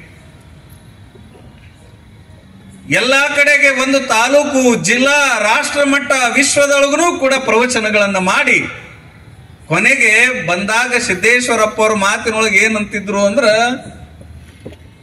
ನಮ್ಮೂರು ನಮಗ ಚಂದ ಅಲ್ರಿ, ಅದ್ಯಾವ ಊರ್ರಿ ಅಂತಿದ್ರು. ನಮ್ಮೂರು ನಮಗ್ ಚಂದ ಅಲ್ರಿ, ನೀವು 1 ತಿಂಗಳು ಹೋಗಬಹುದು ಟೂರ್ಗೆ, 2 ತಿಂಗಳು ಹೋಗಬಹುದು, ವಾರ ಬಿಟ್ಟು ಹೋಗ್ಬಹುದು, ಬಾಂಬೆಗೆ ಹೋಗ್ತೀರಿ, ಡೆಲ್ಲಿಗೆ ಹೋಗ್ತೀರಿ, ಬೆಂಗಳೂರಿಗೆ ಹೋಗ್ತೀರಿ, ಕಿಶೆದಾನ್ ರೊಕ್ಕ ಖಾಲಿ ಆದ ತಕ್ಷಣ ಏನ್ ನೆನಪಾಕೈತಿ? ಸೀದಾ ಮನೆಗೆ ಬರೋದು. ನವನಗರಕ್ಕ ಹೆಂಡತಿ ಫೋನ್ ಬರ್ತಿರ್ತೈತಿ, ಬರ್ತೀಯ ನೀನು ಬಂದ ಬಿಡ್ತಾನ. ಕೊನೆಗೆ ನೆನಪಾಗೋದು ಯಾವುದು? ಒಂದು ವಾರ ನನ್ನ ಮಕ್ಕಳನ್ನ ನೋಡ್ಬೇಕು, ನನ್ನ ಊರಿಗೆ ಹೋಗ್ಬೇಕು, ನನ್ನ ಮನೆಗೆ ಹೋಗ್ಬೇಕು. ಅದು ಮೂಲ ತತ್ವ, ಅದು ಅದನ್ನ ಬಿಟ್ಟು ಬದುಕಕ್ ಆಗಂಗಿಲ್ಲ. ಸಿದ್ದೇಶ್ವರಪ್ಪ ಅವರು ಎಲ್ಲಿ ಹೋದ್ರೂ ಕೂಡ ಕರ್ನಾಟಕವನ್ನು ಸ್ಮರಣೆ ಮಾಡ್ತಿದ್ರು. ಸ್ವಾಮಿ ವಿವೇಕಾನಂದ ಅವರು ಕೂಡ ವಿದೇಶಕ್ಕೆ ಹೋಗ್ತಿದ್ರಂತ. ವಿದೇಶಕ್ಕೆ ಹೋಗಿ ಭಾಷಣವನ್ನ ಮಾಡಿ ಭಾರತ ದೇಶದ ಸಂಸ್ಕೃತಿಯನ್ನ ಬಿತ್ತರಿಸಿ ಇಲ್ಲಿಯ ತತ್ವ ಸಿದ್ಧಾಂತಗಳನ್ನ ಜನರಿಗೆ ತಿಳಿಸಿ ಭಾರತ ದೇಶಕ್ಕೆ ಮರಳಿ ಬರ್ತಾ ಇರ್ತಾರ. ಅವ್ರ ಜೊತೆಗೆ ಗುಡ್ವಿನ್ ಮತ್ತು ನಿವೇದಿತಾ ಇಬ್ರು ಶಿಷ್ಯರು ಇರ್ತಾರೆ. ಇವ್ರ ಭಾಷಣ ಕೇಳಿ ಅವ್ರಿಬ್ರು ಶಿಷ್ಯರಾಕಾರ. ವಿದೇಶದೊಳಗೂ ಶಿಷ್ಯರಾದ್ರು ಸ್ವಾಮಿ ವಿವೇಕಾನಂದ ಅವರು. ಗುಡ್ವಿನ್ ಮತ್ತು ನಿವೇದಿತಾ ಇಬ್ರು ಕೂಡಿ ಸ್ವಾಮಿ ವಿವೇಕಾನಂದ ಅವ್ರ ಜೊತೆಗೆ ಭಾರತ ದೇಶಕ್ಕೆ ಬರುವಾಗ, ಭಾರತ ದೇಶಕ್ಕೆ ಬಂದ ತಕ್ಷಣ ಒಂದು ಹೊಲದಾಗ ಹೋಗಿ ಸ್ವಾಮಿ ವಿವೇಕಾನಂದ ಅವರು ಅಲ್ಲಿರುವ ಮಣ್ಣನ್ನು ತೆಗೆದುಕೊಂಡು ಮೈ ಮೇಲೆ ಹಾಕೊಂಡ್ರಂತ. ಯಾಕ್ರಿ ಏನಾಗೈತಿ ನಿಮಗ, ಮಣ್ಣು ಮೈ ಮೇಲೆ ಹಾಕೋತಿರ್ಲ ಅಂದ್ರು ಗುಡ್ವಿನ್ ಮತ್ತು ನಿವೇದಿತಾ. ಆ ಸಂದರ್ಭದೊಳಗ ಸ್ವಾಮಿ ವಿವೇಕಾನಂದ ಅವರು ಹೇಳಿದ್ರಂತ, ವಿದೇಶಕ್ಕೆ ಹೋದಾಗ ನನ್ನ ಮೈ ಅಪವಿತ್ರ ಆಗಿತ್ತು. ಅಲ್ಲಿಯ ಜನ, ಅಲ್ಲಿಯ ನೀರು, ಅಲ್ಲಿಯ ಗಾಳಿ ಎಲ್ಲವನ್ನು ಉಂಡು ನನ್ನ ಮೈ ಅಪವಿತ್ರ ಆಗಿತ್ತು. ಯಾವಾಗ ಭಾರತ ದೇಶಕ್ಕೆ ಬಂದು ನನ್ನ ಭಾರತ ಮಾತೆಯ ಮಣ್ಣನ್ನು ಮೈ ಮೇಲೆ ಹಾಕೊಂಡ್ಯಾ, ಹೊಳ್ಳಿ ಮತ್ತೆ ನಾನು ಪವಿತ್ರ ಆದೆ ಅನ್ನುವಂತ ಮಾತನ್ನ ಸ್ವಾಮಿ ವಿವೇಕಾನಂದ ಅವರು ಹೇಳ್ತಿದ್ರು ಅನ್ನುವಂಥದ್ದು ನಾವು ಕೇಳ್ತೀವಿ. ವಿದೇಶಕ್ಕೆ ಹೋದ್ರೂ ಕೂಡ ನನ್ನ ದೇಶ, ನನ್ನ ರಾಷ್ಟ್ರ, ನನ್ನ ರಾಜ್ಯ, ನನ್ನೂರು ನನಗೆ ಚಂದ ಅಂತ ತಿಳ್ಕೊಂಡು ಸಿದ್ದೇಶ್ವರಪ್ಪರನ್ನೂ ಕೂಡ ಕೇವಲ ಒಂದು ರಾಜ್ಯ ಅಲ್ಲ, ಕೇವಲ ಒಂದು ರಾಷ್ಟ್ರ ಅಲ್ಲ, ವಿಶ್ವದ ಎಲ್ಲ ರಾಷ್ಟ್ರಗಳಿಗೆ ಹೋಗಿ ತಮ್ಮ ಅನುಭವವನ್ನು ಬೀರಿ ಬಂದರು. ಯಾವ ಉಡುಗೆ ತೊಡುಗೆಯಲ್ಲಿ ಹೋಗ್ತಿದ್ರು ಅದೇ ಉಡುಗೆ ತೊಡುಗೆಯಲ್ಲಿರೋದು.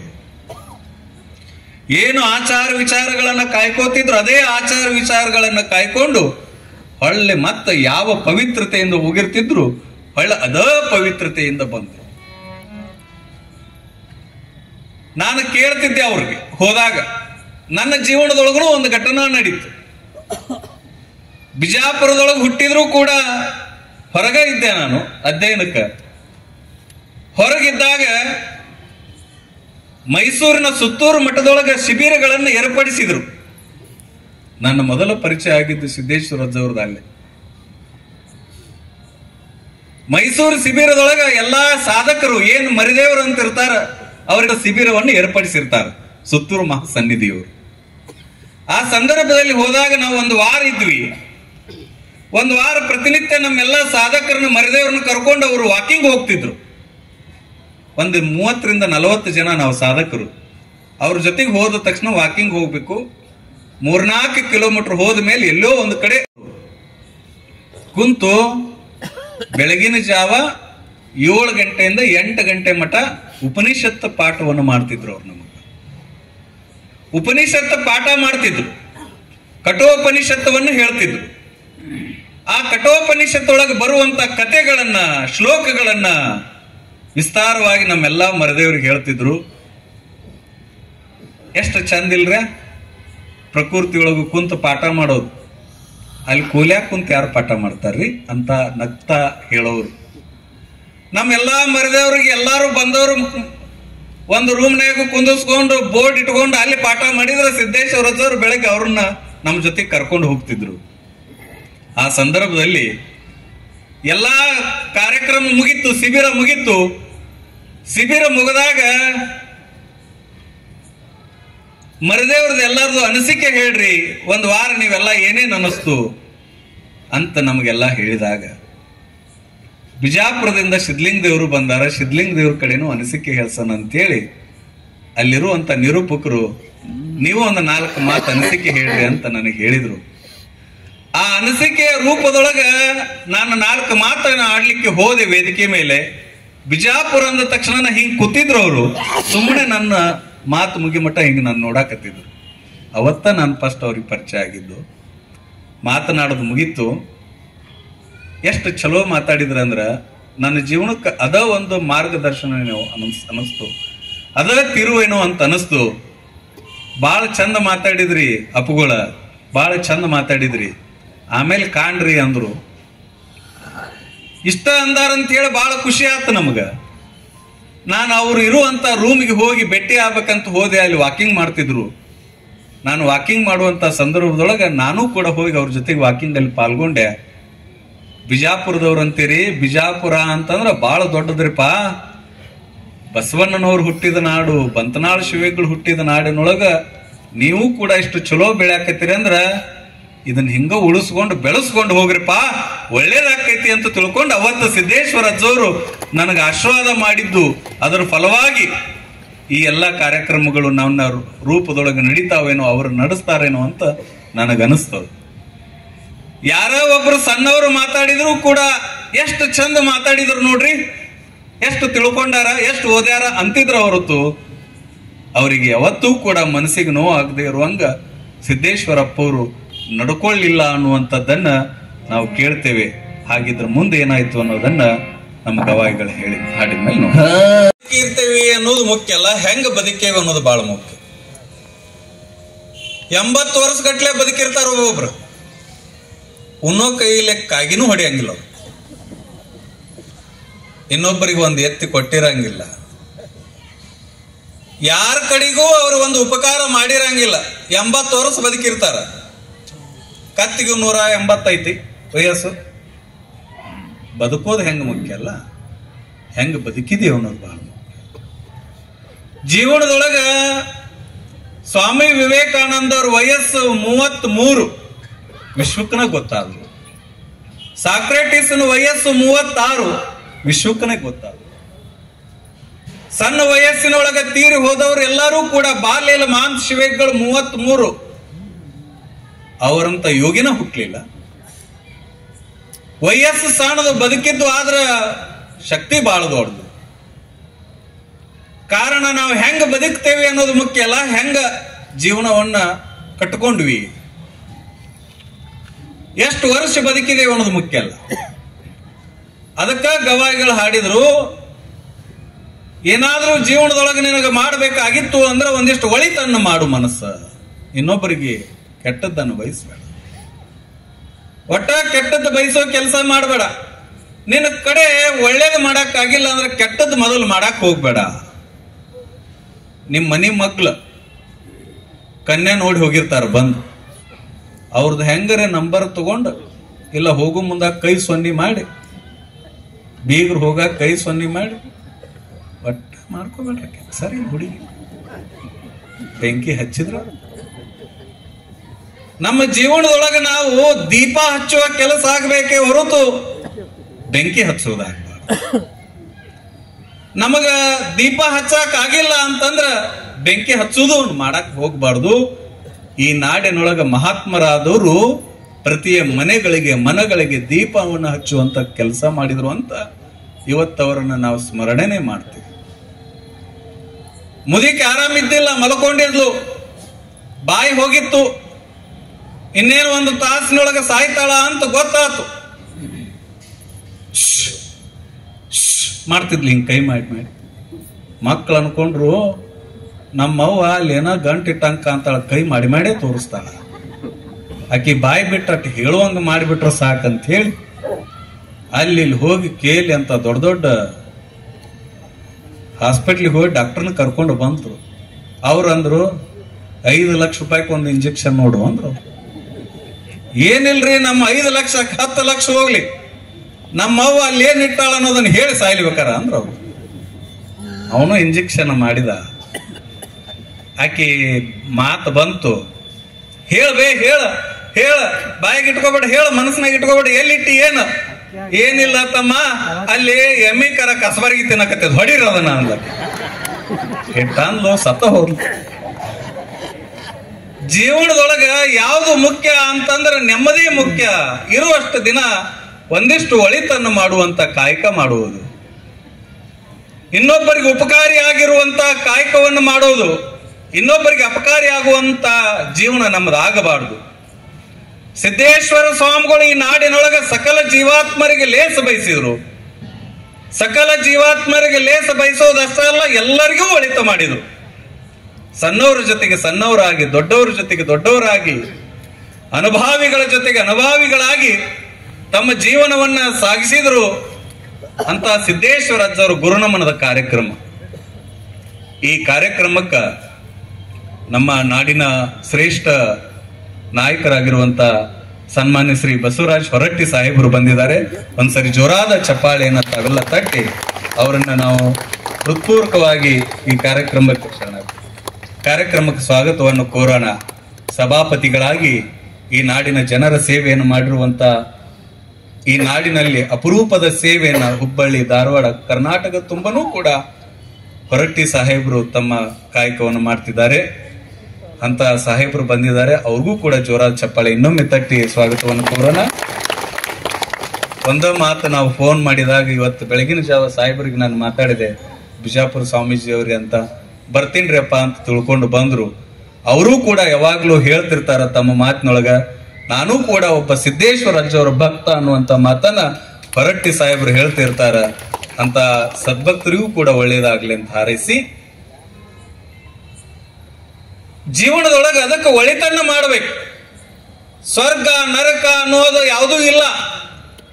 ಇರುವಷ್ಟು ದಿನ ನಾವು ಇನ್ನೊಬ್ಬರಿಗೆ ಉಪಕಾರಿಯಾಗಿ ಒಳ್ಳೆಯದನ್ನು ಮಾಡುತ್ತಾ ಹೋಗೋದೇ ನಿಜವಾದ ಜೀವನದ ಸಾರ್ಥಕತೆ. ಕಡ್ಕೋಳ ಮಡಿವಾಳಪ್ಪ ಬರೀಲಿಲ್ಲ, ದ್ರವ್ಯ ಗಳಿಸಿದಿ ತಮ್ಮ ಬಂಡಿಗೆ ಬಂಡಿ, ಒಂದು ದಿನ ಉಣ್ಲಿಲ್ಲ ನೀ ಮೆಣಸಿನ ಹಿಂಡಿ, ಸಾಯು ತನಕ ಬರೀ ಸಪ್ಪ ನಂಬಲಿ ಉಂಡಿ, ಸತ್ ಮೇಲೆ ಹೇರ್ತಾರ ತಮ್ಮ ನಿನ್ನ ತಲೆ ಮೇಲೆ ಹೆಂಡಿ ಅಂತ ಬರೀತಾನೆ. ಏನೂ ತೆಗೆದುಕೊಂಡು ಹೋಗೋದಿಲ್ಲ ಜೀವನದೊಳಗೆ, ಎಲ್ಲಾನು ಇಲ್ಲೇ ಬಿಟ್ಟು. ಖಾಲಿ ಹಾತ್ಸೆ ಆಯಾ, ಖಾಲಿ ಹಾತ್ಸೆ ಚಲಾಗಯ. ಖಾಲಿ ಕೈಯಿಂದ ಬಂದ್ವಿ, ಖಾಲಿ ಕೈಯಿಂದನೂ ಹೋದ್ವಿ. ಅಲೆಕ್ಸಾಂಡರ್ ಮಹಾರಾಜ ತನ್ನ ಮಂತ್ರಿಗಳನ್ನು ಕರೆದು ಹೇಳ್ದ, ನಾನು ಸತ್ತ ಮೇಲೆ ನಾಳೆ ನನ್ನ ಶವವನ್ನು ತೆಗೆದುಕೊಂಡು ಹೋಗುವಾಗ ನನ್ನ ಕೈಗಳನ್ನು ಹಿಂಗ ಹೊರಗೆ ಹಾಕಿ ತಗೊಂಡು ಹೋಗ್ರಿ, ಈ ಸಮಾಜಕ್ಕೆ ಒಂದು ಸಂದೇಶ ಕೊಡ್ರಿ. ಏನು ಸಂದೇಶ? ಇಡೀ ಜಗತ್ತನ್ನ ಜಯಿಸಿರುವಂತ ಅಲೆಕ್ಸಾಂಡರ್ ಮಹಾರಾಜ ಹೋಗುವಾಗ ಏನೂ ಒಯ್ಲಿಲ್ಲ, ಖಾಲಿ ಕೈಲಿನೋ ಹೋದ ಅಂತ ವಿಶ್ವಕ್ಕೆ ಒಂದು ಸಂದೇಶ ಗೊತ್ತಾಗ್ಲಿ ಅಂತ ಅಲೆಕ್ಸಾಂಡರ್ ಮಹಾರಾಜ. ಎಷ್ಟು ಗಳಿಸಿದ್ರೆ ಏನು, ಸಂಪತ್ತು ನಮ್ಮ ಜೊತೆಗೆ ಬರೋದಲ್ಲ, ನೀ ಗಳಿಸಿರುವಂತ ಹೆಸರು, ನೀ ಮಾಡಿದಂತ ಕಾರ್ಯ, ನೀ ಮಾಡಿದ ಪುಣ್ಯದ ಕೆಲಸ ನಿನ್ನ ಜೊತೆಗೆ ಬರೋದೇ ಹೊರತು ಯಾವುದೂ ನಮ್ಮ ಜೊತೆಗೆ ಬರುವಂತದ್ದಲ್ಲ. ಈ ತತ್ವವನ್ನು ಯಾರು ಅರ್ತಿದ್ರು ಸಣ್ಣವರಿದ್ದಾಗನ ಈ ಭಾವನೆ ಯಾರಿಗೆ ಬಂದಿತ್ತು ಅಂದ್ರ ಸಿದ್ದೇಶ್ವರಪ್ಪ ಅವ್ರಿಗೆ ಬಂದಿತ್ತು. ಇದೆಲ್ಲ ನಶ್ವರ, ನಾನು ಸೇರುವುದು ಈಶ್ವರನ್ನ. ನಶ್ವರವಾಗಿರುವಂತ ಜಗತ್ತಿಗೆ ಯಾವತ್ತೂ ಕೂಡ ಅಂಟುಕೊಂಡಿರ್ಲಿಲ್ಲ. ನಶ್ವರವಾಗಿರುವಂತ ಜಗತ್ತಿದು. ಒಂದು ತೊಲಿ ಬಂಗಾರ ತಗೊಂಡು ಕೈಯಾಗ ಹಾಕೊಂಡಿರಿ ಅಂದ್ರೆ ಒಂದು ತಿಂಗಳಾದ ಮೇಲೆ ಅದ್ರಾಗ ಒಂದಿಷ್ಟು ಗುಂಜಿ ಕಡಿಮೆ ಆಗಿರ್ತೈತಿ, ನಶಿಸಿ ಹೋಗೋದು ಅದು ಬಂಗಾರನು. ಸಂಪತ್ತು ನಶಿಸಿ ಹೋಗ್ತದ. ಯಾವುದು ನಶಿಸಲಾರದು ಈ ಜಗತ್ತಿನೊಳಗಂದ್ರೆ ನೀವು ಮಾಡಿದ ಪುಣ್ಯದ ಕೆಲಸ, ನೀವು ಮಾಡಿದ ಪರೋಪಕಾರ, ನೀವು ಇನ್ನೊಬ್ಬರಿಗೆ ಮಾಡಿದ ಒಳ್ಳೆಯ ಕೆಲಸ ಮಾತ್ರ ಅದು ಯಾವತ್ತೂ ನಶಿಸಂಗಿಲ್ಲ, ಅದು ಶಾಶ್ವತವಾಗಿರ್ತೈತಿ ಅನ್ನೋದಕ್ಕ ಸಿದ್ದೇಶ್ವರಪ್ಪ ಅವರನ್ನೇ ನಮ್ಗೆ ಉದಾಹರಣೆಯಾಗಿ ನಿಲ್ತಾರೆ. ಅಂತ ಸಿದ್ದೇಶ್ವರಪ್ಪ ಅವರು ಕೆರೂರಿಗೆ ಪ್ರವಚನಕ್ಕೆ ಬಂದಿದ್ರು. ಕೆರೂರೊಳಗೆ ಪ್ರವಚನ ಮಾಡುವಂತ ಸಂದರ್ಭ ಜನವರಿ 10. ಸ್ನಾನ ಮಾಡಬೇಕು ಅಂತ ತಿಳ್ಕೊಂಡು ಬಾತ್ರೂಮಿಗೆ ದಯಮಾಡಿಸಿದ್ರು. ಆ ಸಂದರ್ಭ ಏನಾಗಿತ್ತು ಗೊತ್ತಿಲ್ಲ. ಅವ್ರ ಕಾಲು ಜರಿದು, ಯಾವತ್ತು ಬಹಳಷ್ಟು ಹುಷಾರದಿಂದ ಹೆಜ್ಜೆ ಇಡೋರು. ಅವತ್ತು ಅವರು ಹೆಜ್ಜೆ ಇಟ್ಟ ಗಳಿಗೆ ನಮ್ಮೆಲ್ಲರಿಗೂ ಕವಿದ ಕಾರ್ಮೋಡವಾಗಿತ್ತೇನು. ಬಚ್ಚಲದೊಳಗೆ ಇಳಿದು ಸ್ನಾನ ಮಾಡ್ಬೇಕು ಅಪ್ಪೋರು ಅಂತ ಇನ್ನೇನು ದಯಮಾಡಿಸ್ಯಾರ. ಕಾಲ ಜರದು ಒಂದೇ ನೆಪ ಬಿದ್ದು ಒಂದಿಷ್ಟು ಕಾಲಿಗೆ ಪೆಟ್ಟಾತು. ಒಳಗ ಸ್ವಲ್ಪ ಕ್ರ್ಯಾಕ್ ಬಂತು ಅಂತ ಹೇಳ್ತಾರ. ಕ್ರ್ಯಾಕ್ ಬಂತು, ಏನೋ ಪೆಟ್ಟಾಯ್ತು, ಇನ್ನು ಪ್ರವಚನ ನಿಂತು. ಅವರನ್ನ ಅಲ್ಲಿ ತೋರಿಸೋದು ಬೇಡ, ನಮ್ಮ ಮಠದೊಳಗೆ ಇಟ್ಕೊಂಡು ಒಳ್ಳೆ ಡಾಕ್ಟರ್ಗೆ ತೋರಿಸ್ತೇವೆ ಅಂತ ತಿಳ್ಕೊಂಡು ಕನೇರಿ ಮಠದ ಕಾಡಸಿದ್ದೇಶ್ವರ ಅಪ್ಪಗಳು ಅವ್ರನ್ನ ಕರ್ಕೊಂಡು ಹೋಗ್ತಾರ. ಕನೇರಿ ಮಠಕ್ಕೆ ಅಲ್ಲೇ ಆರೈಕೆ ಮಾಡ್ತಾರ. ಬಾಳ ಭಿನ್ನ ಮಾಡ್ಕೋತಾರ. ಎಲ್ಲ ಸ್ವಾಮಿಗಳು, ಎಲ್ಲ ಜನನಾಯಕರು, ರಾಜಕಾರಣಿಗಳು ಎಲ್ಲರೂ ಭಿನ್ನ ಮಾಡ್ಕೋತಾರ. ಯಪ್ಪ, ನಿಮ್ಮನ್ನ ಎಲ್ಲ ಕಡೆ ತೋರಿಸಿ ವಿದೇಶಕ್ಕೆ ಕರ್ಕೊಂಡು ಹೋಗ್ತೇವೆ ಅಂದ್ರೆ ಯಾವುದಕ್ಕೂ ಸಮ್ಮತಿ ಕೊಡಂಗಿಲ್ಲ. ಬೇಡ ಬೇಡ ಬೇಡ ಅನ್ನುವಂತ ಪದವನ್ನು ಇಟ್ಕೊಂಡು ಯಾರು ಬಂದ್ರೂ ಕೂಡ ತಾವು ಸಮ್ಮತಿಯನ್ನು ಕೊಡದೆ, ಅವ್ರಿಗೆ ಅರ್ಥ ಆಗಿತ್ತೇನು, ಇನ್ನೇನು ನಾನು ಬಹಳ ದಿನ ಈ ಜಗತ್ತಿನೊಳಗ ಭಕ್ತರ ಜೊತೆಗೆ ಇರೋದಿಲ್ಲ ಅಂತ, ಶಿವನನ್ನ ಕೂಡ್ತೀನಿ, ಲಿಂಗಯ್ಯನನ್ನ ಕೂಡ್ತೀನಿ ಅನ್ನೋ ಭಾವನೆ ಬಂದಿತ್ತು. ಆ ಸಂದರ್ಭದಲ್ಲಿ ಕಾಡಸಿದ್ದೇಶ್ವರ ಮಠದೊಳಗ ಹೋಗಿ ಎಲ್ಲರೂ ಕೂಡ ಭೇಟಿಯಾಗಿ ಬಂದು ಎಷ್ಟೆಲ್ಲ ಮನವೊಲಿಸಿದ್ರು ಅಪ್ಪವರು ಮನಸ್ಸನ್ನ ಬದಲಾವಣೆ ಮಾಡಲೇ ಇಲ್ಲ. ಇನ್ನೇನು ಕೊನೆಯ ಕ್ಷಣಗಳ ಹತ್ತಿರ ಆಗಿತ್ತು. ನನ್ನ ಕೊನೆಯ ಕ್ಷಣಗಳನ್ನ ನಾನು ವಿಜಯಪುರದ ಜ್ಞಾನ ಯೋಗಾಶ್ರಮದಲ್ಲಿ ಕಳಿತೀನಿ ಅಂತ ತಿಳ್ಕೊಂಡು ಎಲ್ಲರಿಗೆ ಅಪ್ಪಣೆ ಮಾಡ್ತಾರ. ಕಾಡಸಿದ್ದೇಶ್ವರ ಅಪ್ಪೋರು ಎಲ್ಲಾ ಜನನಾಯಕರು ಕೂಡಿಕೊಂಡು ತೀರ್ಮಾನ ಮಾಡಿ ಅಪ್ಪೋರನ್ನ ಸಿದ್ದೇಶ್ವರ ಮಹಾಸ್ವಾಮೀಜಿಯವರನ್ನ ಜ್ಞಾನ ಯೋಗಾಶ್ರಮಕ್ಕೆ ಕರ್ಕೊಂಡು ಬರ್ತಾರ. ಎಲ್ಲವನ್ನೂ ಬಿಟ್ಟು ಹೊಂಟಿನಂದ ಮೇಲೆ ಇನ್ನು ಈ ದೇಹಕ್ಕೆ ಪ್ರಸಾದರ ಯಾಕಂತ ತಿಳ್ಕೊಂಡು ಪ್ರಸಾದ ಇದ್ದಾಗ ಅವ್ರ ಹತ್ರ ಹೋಗಿ ಹೋಗಿ ಒಂದೊಂದು ತಾಸು ಕುಂತು ಅವ್ರ ವ್ಯವಸ್ಥೆ ಅವರ ಆರೋಗ್ಯವನ್ನು ನೋಡಿ ಬರ್ತಿದ್ದೆ.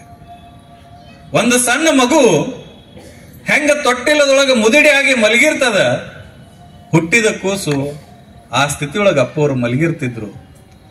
ಬಂದವ್ರಿಗೆಲ್ಲರಿಗೂ ನಗ್ತಾ ಮಾತಾಡ್ತಿದ್ರು.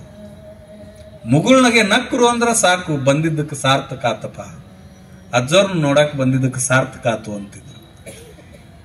ಈ ನಾಡಿನ ಎಲ್ಲ ಪೀಠದ ಜಗದ್ಗುರುಗಳು, ಈ ನಾಡು ಕಂಡಿರುವಂತ ಅಪರೂಪದ ಯೋಗಿಗಳು, ನಾಡು ಕಂಡಿರುವಂತ ಅಪರೂಪದ ದೊಡ್ಡ ದೊಡ್ಡ ಎಲ್ಲಾ ರಾಜಕಾರಣಿಗಳು ಕೂಡ ಬಂದು ಅಪ್ಪವ್ರ ದರ್ಶನ ಮಾಡ್ಲಿಕ್ಕೆ ಪ್ರಾರಂಭ ಮಾಡ್ತಾರ.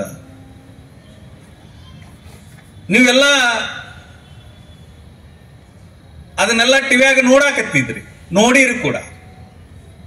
ಎಲ್ಲರೂ ಬಂದು ಮನ ಒಲಿಸೋದೇನು ಅಂದ್ರೆ ನಿಮ್ಮ ಆರೋಗ್ಯ ಸ್ಥಿತಿ ಬಹಳ ಕ್ಷೀಣ ಆಗಾಕತ್ತೈತ್ರಿಪ್ಪ, ನಿಮ್ಮನ್ನು ವಿದೇಶಕ್ಕೂ ಕೂಡ ಕರ್ಕೊಂಡು ಹೋಗಿ ನಾವು ತೋರಿಸ್ಕೊಂಡು ಬರ್ತೇವಿ, ನಮಗ್ ನೀವ್ ಇರಬೇಕು, ನಮ್ಮ ಸಮಾಜ ನೀವಿದ್ರ ಸ್ವಚ್ಛ ಇರ್ತದ, ಜನರು ಆಚಾರವಂತರಾಗಿರ್ತಾರ, ಅರಿವನ್ನು ತುಂಬಿಕೊಂಡಿರ್ತಾರ, ಯಪ್ಪ ನೀವು ನಿಮ್ಮಂತವ್ರು ಇರ್ಬೇಕು.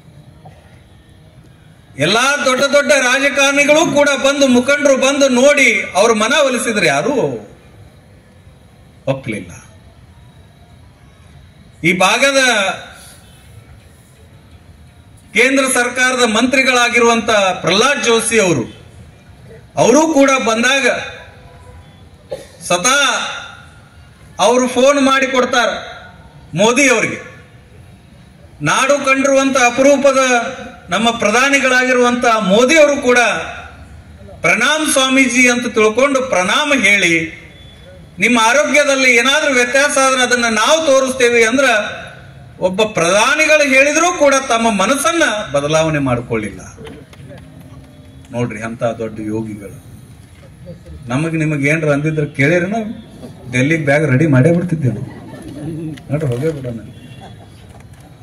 ಕಾರಣ ಏನು ಅಂತಂದ್ರ ಯೋಗಿಗಳ ಚಿತ್ತ ಒಂದೇ ಆಗಿರ್ತದ, ಅದು ಚಿತ್ತ ಎರಡು ಇರಂಗಿಲ್ಲ. ಅಲ್ಲಿ ನಮ್ಮ ಚಿತ್ತ ಚಂಚಲವಾಗಿರ್ತದ, ಯೋಗಿಗಳ ಚಿತ್ತ ಸದಾಕಾಲ ಒಂದೇ ಇರ್ತದ ಅನ್ನೋದಕ್ಕೆ ಸಿದ್ದೇಶ್ವರಪ್ಪಗಳು ಯಾವುದಕ್ಕೂ ಕೂಡ ಮನಸ್ಸು ಮಾಡುವುದಿಲ್ಲ. ಆ ಸಂದರ್ಭ ನಾಡಿನ ಜನ ಎಲ್ಲ ಕಣ್ಣೀರು ಹಾಕ್ಲಿಕ್ಕೆ ಪ್ರಾರಂಭ ಮಾಡ್ತು. ಅವರ ಜೀವನ ಕೊನೆಗೆ ಆಗ್ಲಿಕ್ಕೆ ಪ್ರಾರಂಭ ಆಗಿತ್ತು. ಯಾವಾಗ್ಲೂ ಒಂದೇ ಹಾಡನ್ನ ಕೇಳೋರು. ಇಲ್ಲಿ ನಮ್ಮ ಕಮಿಟಿಯವರು ಹಾಕ್ಸಿರ್ತಾರ, ಅಂತಿಮ ಸತ್ಯ ನಮ ಶಿವಾಯ. ಈ ಹಾಡು ಕೇಳ್ತಾ ಆಶ್ರಮದೊಳಗೆ ಬಂದು ಭಕ್ತರೆಲ್ಲ ಯಾವ ಮಗುವಿನಂಗ ಮಲ್ಕೊಂಡ್ರೂ ಕೂಡ ಬಂದಿರುವ ಭಕ್ತರಿಗೆ ದರ್ಶನ ಕೊಡ್ತಿದ್ರು. ದೊಡ್ಡ ದೊಡ್ಡ ನಾಯಕರಿಗೆ, ಸ್ವಾಮೀಜಿ ಅವರಿಗೆ ಎಲ್ಲರಿಗೂ ದರ್ಶನ ಕೊಟ್ಟರೂ ಕೂಡ ಮತ್ತ ಕರೆದ ಕೇಳ್ತಿದ್ರು, ಬಂದವ್ರಿಗೆ ಪ್ರಸಾದ ಮಾಡಿಸಿರಿಲ್ಲ ಅಂತ ಕೇಳ್ತಿದ್ರು. ನೋಡ್ರಿ ಎಷ್ಟು ವಿಶೇಷ ಅವ್ರ ಭಾವ, ಅದು ತಾಯಿ ಹೃದಯ. ಅಂತ ಸಿದ್ದೇಶ್ವರಪ್ಪ ಅವರು ಕೊನೆಯ ಕ್ಷಣಗಳನ್ನ ಕಳೆಯುವಂತ ಸಂದರ್ಭದಲ್ಲಿ ಜನವರಿ 2 ಇವತ್ತಿನ ದಿನ ನಮ್ಮನ್ನು ಬಿಟ್ಟ ಅಗಲುತ್ತಾರ. ಮೋಡ ಕವಿದ ವಾತಾವರಣ, ಸೂರ್ಯನಿಗೆ ಕತ್ತಲ ಬಂದ ವಾತಾವರಣ, ಜನರ ಮತಿಗೆ ಒಂದಿಷ್ಟು ಕತ್ತಲದ ವಾತಾವರಣ. ಒಬ್ರಲ್ಲ ಇಬ್ರಲ್ಲ, ಇಡೀ ಕನ್ನಡ ನಾಡು, ರಾಷ್ಟ್ರ, ವಿಶ್ವದೊಳಗೂ ಕೂಡ ಕಣ್ಣೀರನ್ನು ಹಾಕ್ತಾರ. ಅವರು ಮಲಗಿದಂತ ಸಂದರ್ಭ ನೋಡಿದಾಗ ಒಬ್ಬ ಮಗು ನಮ್ಮನ್ನು ಬಿಟ್ಟು ಹೊಂಟೈತೆ ಅನ್ನುವಂತ ಭಾವ. ಇಷ್ಟಾಗಿದ್ರು, ಕೂಸಾಗಿದ್ರು, ನಮ್ಮನ್ನು ಬಿಟ್ಟು ಹೊಂಟಾರ. ಇಡೀ ನಾಡೇ ಕಣ್ಣೀರು ಹಾಕ್ತದೆ. ಮಾಧ್ಯಮದವರು 24 ತಾಸು ಬೇರೆ ತೋರಿಸಲಿಲ್ಲ, ಅವರು ಅದನ್ನೇ ತೋರಿಸಿದ್ರು. ಎದ್ದು ಹೋಗಿ ದರ್ಶನ ಮಾಡಕ್ ಆಗದೆ ಇರೋರೆಲ್ಲರೂ ಕೂಡ ಮನೆಯೊಳಗನೇ ಕುಂತು ದರ್ಶನ ಮಾಡಿದ್ರು. ಅಂತ ಸಂದರ್ಭದೊಳಗ ನಾಡಿನ ಎಲ್ಲಾ ಜಗದ್ಗುರು ಮಹಾಸನ್ನಿಧಿಯವರು ನಾಯಕರು ನಿಂತುಕೊಂಡು ಒಂದು ಮಗುವಿನ ಸಂಸ್ಕಾರವನ್ನು ಹೇಗೆ ಮಾಡ್ತಾರ ಅದೇ ರೀತಿಯಾಗಿ ಸಂಸ್ಕಾರವನ್ನು ಮಾಡಿ ಹೋಗುವಾಗ ಹೇಳಿದರು, ನಂದು ಗುಡಿ ಕಟ್ಟುವಂಗಿಲ್ಲ, ಸ್ಮಾರಕ ಮಾಡುವಂಗಿಲ್ಲ, ನನ್ನ ಚಿತಾಭಸ್ಮವನ್ನ 5 ನದಿಗಳಿಗೆ ಹಾಕಿ ಯಾವ ಅವಶೇಷವನ್ನು ಉಳಿಸುವಂಗಿಲ್ಲ. ಗುರುವಿನ ಅಪ್ಪಣೆ. ಎಲ್ಲರೂ ಹಾಗೆ ನಡ್ಕೊಂಡು ನಾವೇನಾದ್ರೂ ಒಂದಿಷ್ಟು ಸಾಧನೆ ಮಾಡಿದ್ರೆ ನಮ್ಮದೊಂದು ಗುಡಿ ಕಟ್ಟಬೇಕು, ನಮ್ಮ ಸ್ಟ್ಯಾಚ್ಯೂನ ನಿಲ್ಲಬೇಕು. ಮಾಡಿದ್ದು ಒಂದು ಬಿಲ್ಡಿಂಗ್ ಕಟ್ಟಿ ಸಮಾಜ ಕಟ್ಟಿದ ನಾಯಕ, ಸಮಾಜ ಕಟ್ಟಿದ ಯೋಗಿ, ಯುವಕರಿಗೆ ನಾಯಕರಾಗಿದ್ರು, ದೊಡ್ಡ ದೊಡ್ಡವರಿಗೆ ಯೋಗಿಗಳಾಗಿದ್ರು. ನನ್ನ ಸ್ಮಾರಕ ಉಳಿಸಬೇಡಿ. ಮೈಸೂರಿನ KC ಶಿವಪ್ಪನವರು ಅವರ ಲಿಂಗೈಕ್ಯರಾದಾಗ ಬರೀತಾರ, ಬಂದಿತ್ತು ಮೆರೆಯದೆ ನಡೆದು ಮೌನದಿ ಮೆಲ್ಲ. ಬಂದಿತ್ತು ಯೋಗ ಮೆರಿಲಿಲ್ಲ, ಕಾರ ಬಯಸಲಿಲ್ಲ, ಸಿಂಹಾಸನ ಬಯಸಲಿಲ್ಲ, ಪೀಠವನ್ನು ಬಯಸಲಿಲ್ಲ, ಯಾವುದನ್ನೂ ಬಯಸಲಿಲ್ಲ. ಬಂದಿತ್ತು ಮೆರೆಯದೆ ನಡೆದು ಮೌನದಿ ಮೆಲ್ಲ. ಹೆಂಗ ನಡೆದ್ರು? ಮೌನವಾಗಿ ನಡೆದ್ರು. ಪಲ್ಲಕ್ಕಿಯ ನೇರಲಿಲ್ಲ ನೀವು, ಬಯಸಲಿಲ್ಲ ನೀವು. ಪಲ್ಲಕ್ಕಿಯ ನೇರಲಿಲ್ಲ ನೀವು, ಪೀಠವನ್ನೇ ನೇರಲಿಲ್ಲ ನೀವು.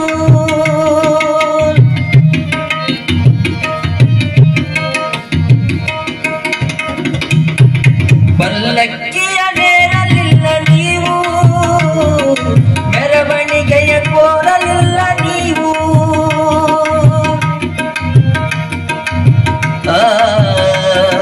ಸಿದ್ದೇಶ್ವರ ಗುರುವೇ ನೀವು, ಸಿದ್ದೇಶ್ವರ ಗುರುವೇ ನೀವು.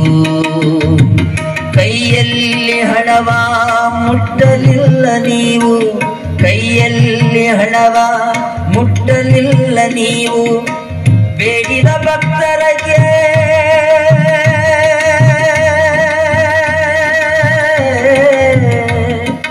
ಬಂದ ಜನ ಭಕ್ತರಿಗೆ ಜ್ಞಾನ ಉಳಿಸಿದವರು ನೀವು.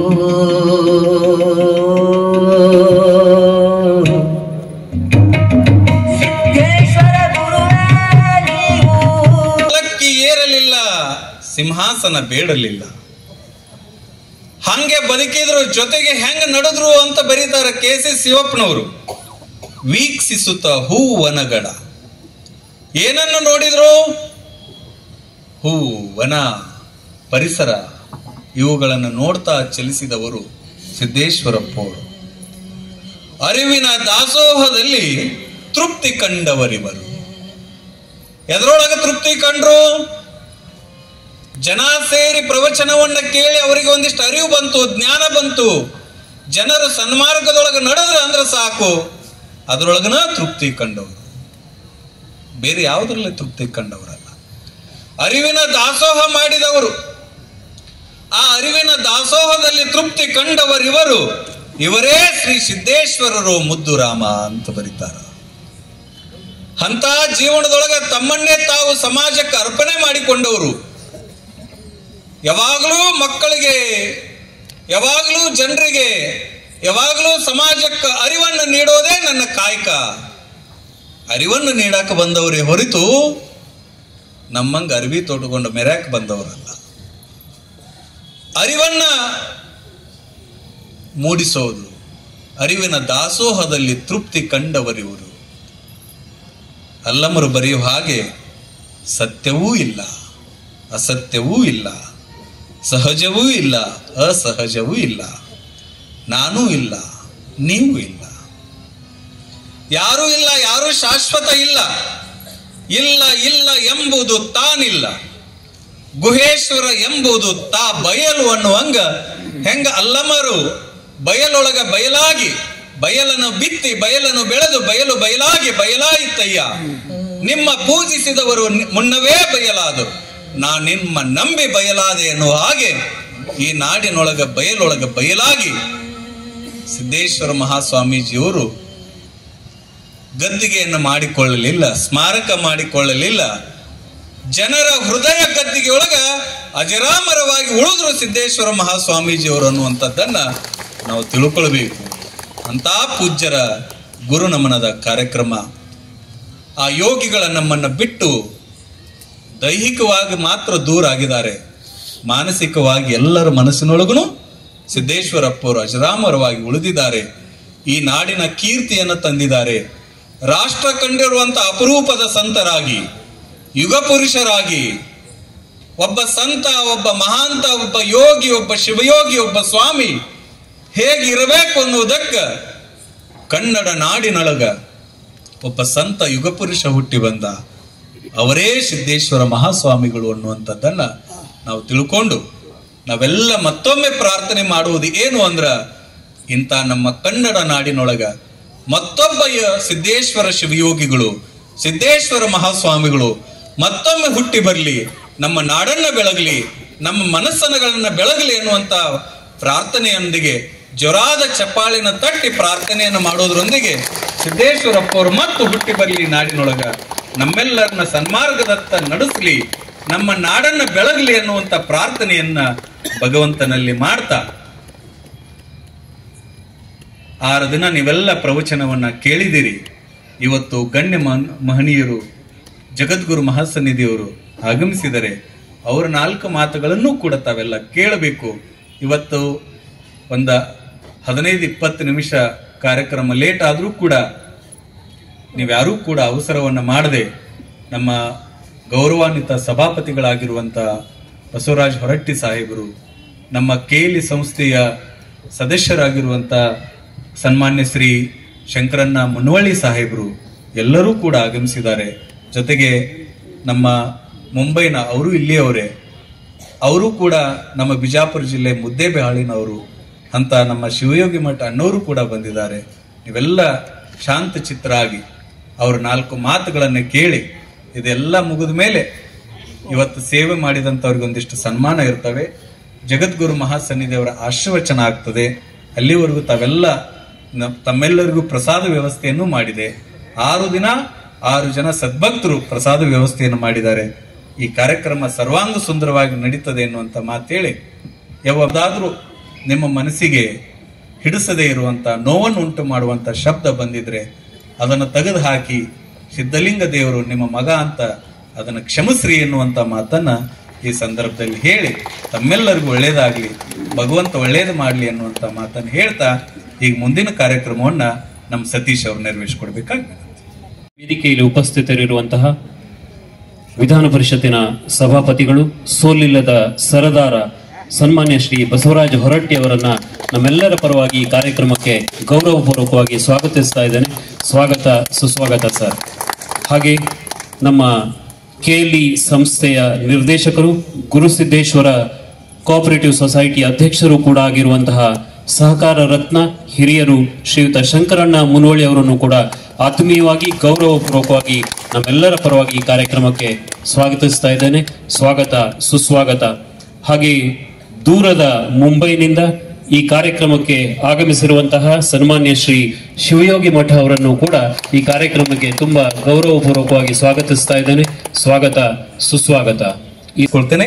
ಈಗ ಜಗದ್ಗುರು ಮಹಾಸನ್ನಿಧಿ ಅವರಿಂದ ನಮ್ಮೆಲ್ಲರ ಕುರಿತು ಆಶೀರ್ವಾದ ಹಾಗೂ ಆಶೀರ್ವಚನದ ನುಡಿಗಳು.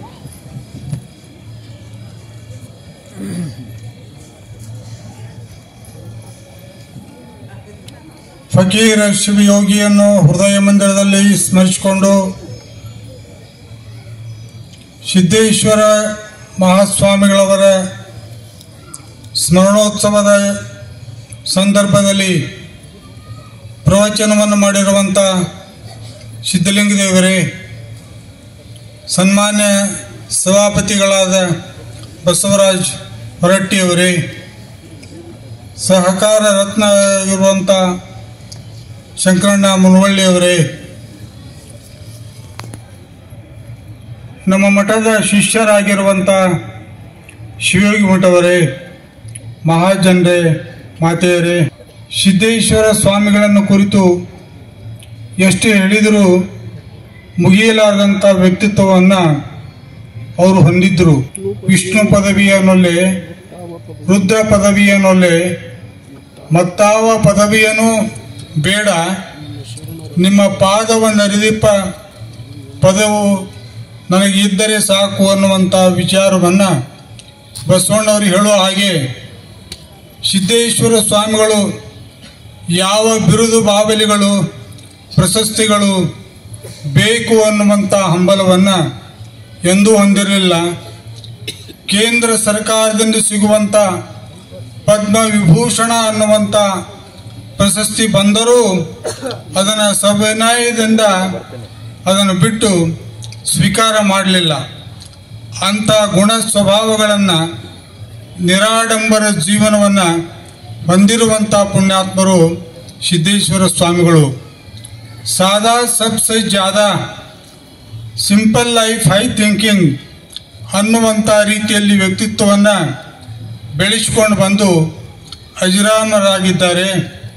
ರತನ್ ಕೋ ಜತನ್ ಕರೋ ಅನ್ನುವಂಥ ರೀತಿಯಲ್ಲಿ ಜ್ಞಾನ ರತ್ನವೇ ಆಗಿರುವಂಥ ಪುಣ್ಯಾತ್ಮರಾದ ಸಿದ್ದೇಶ್ವರ ಸ್ವಾಮಿಗಳು ನಮ್ಮ ಮಧ್ಯದಲ್ಲಿ ಇರದಿದ್ದರೂ ಅವರ ಜ್ಞಾನದ ನೆನಪುಗಳು ನಿರಂತರವಾಗಿ ನಮ್ಮ ಮನಸ್ಸಿನಲ್ಲಿ ಇರೋದರಿಂದ ಸಿದ್ದೇಶ್ವರ ಸ್ವಾಮಿಗಳು ಎಲ್ಲಿದ್ದಾರೆ ಅಂದರೆ ಜ್ಞಾನ ರೂಪದಲ್ಲಿ ನಮ್ಮ ಹೃದಯದಲ್ಲಿ ಅಡಗಿಕೊಂಡಿದ್ದಾರೆ ಅಂಥೇಳಿ ಅನ್ನಿಸ್ತಾ ಇದೆ.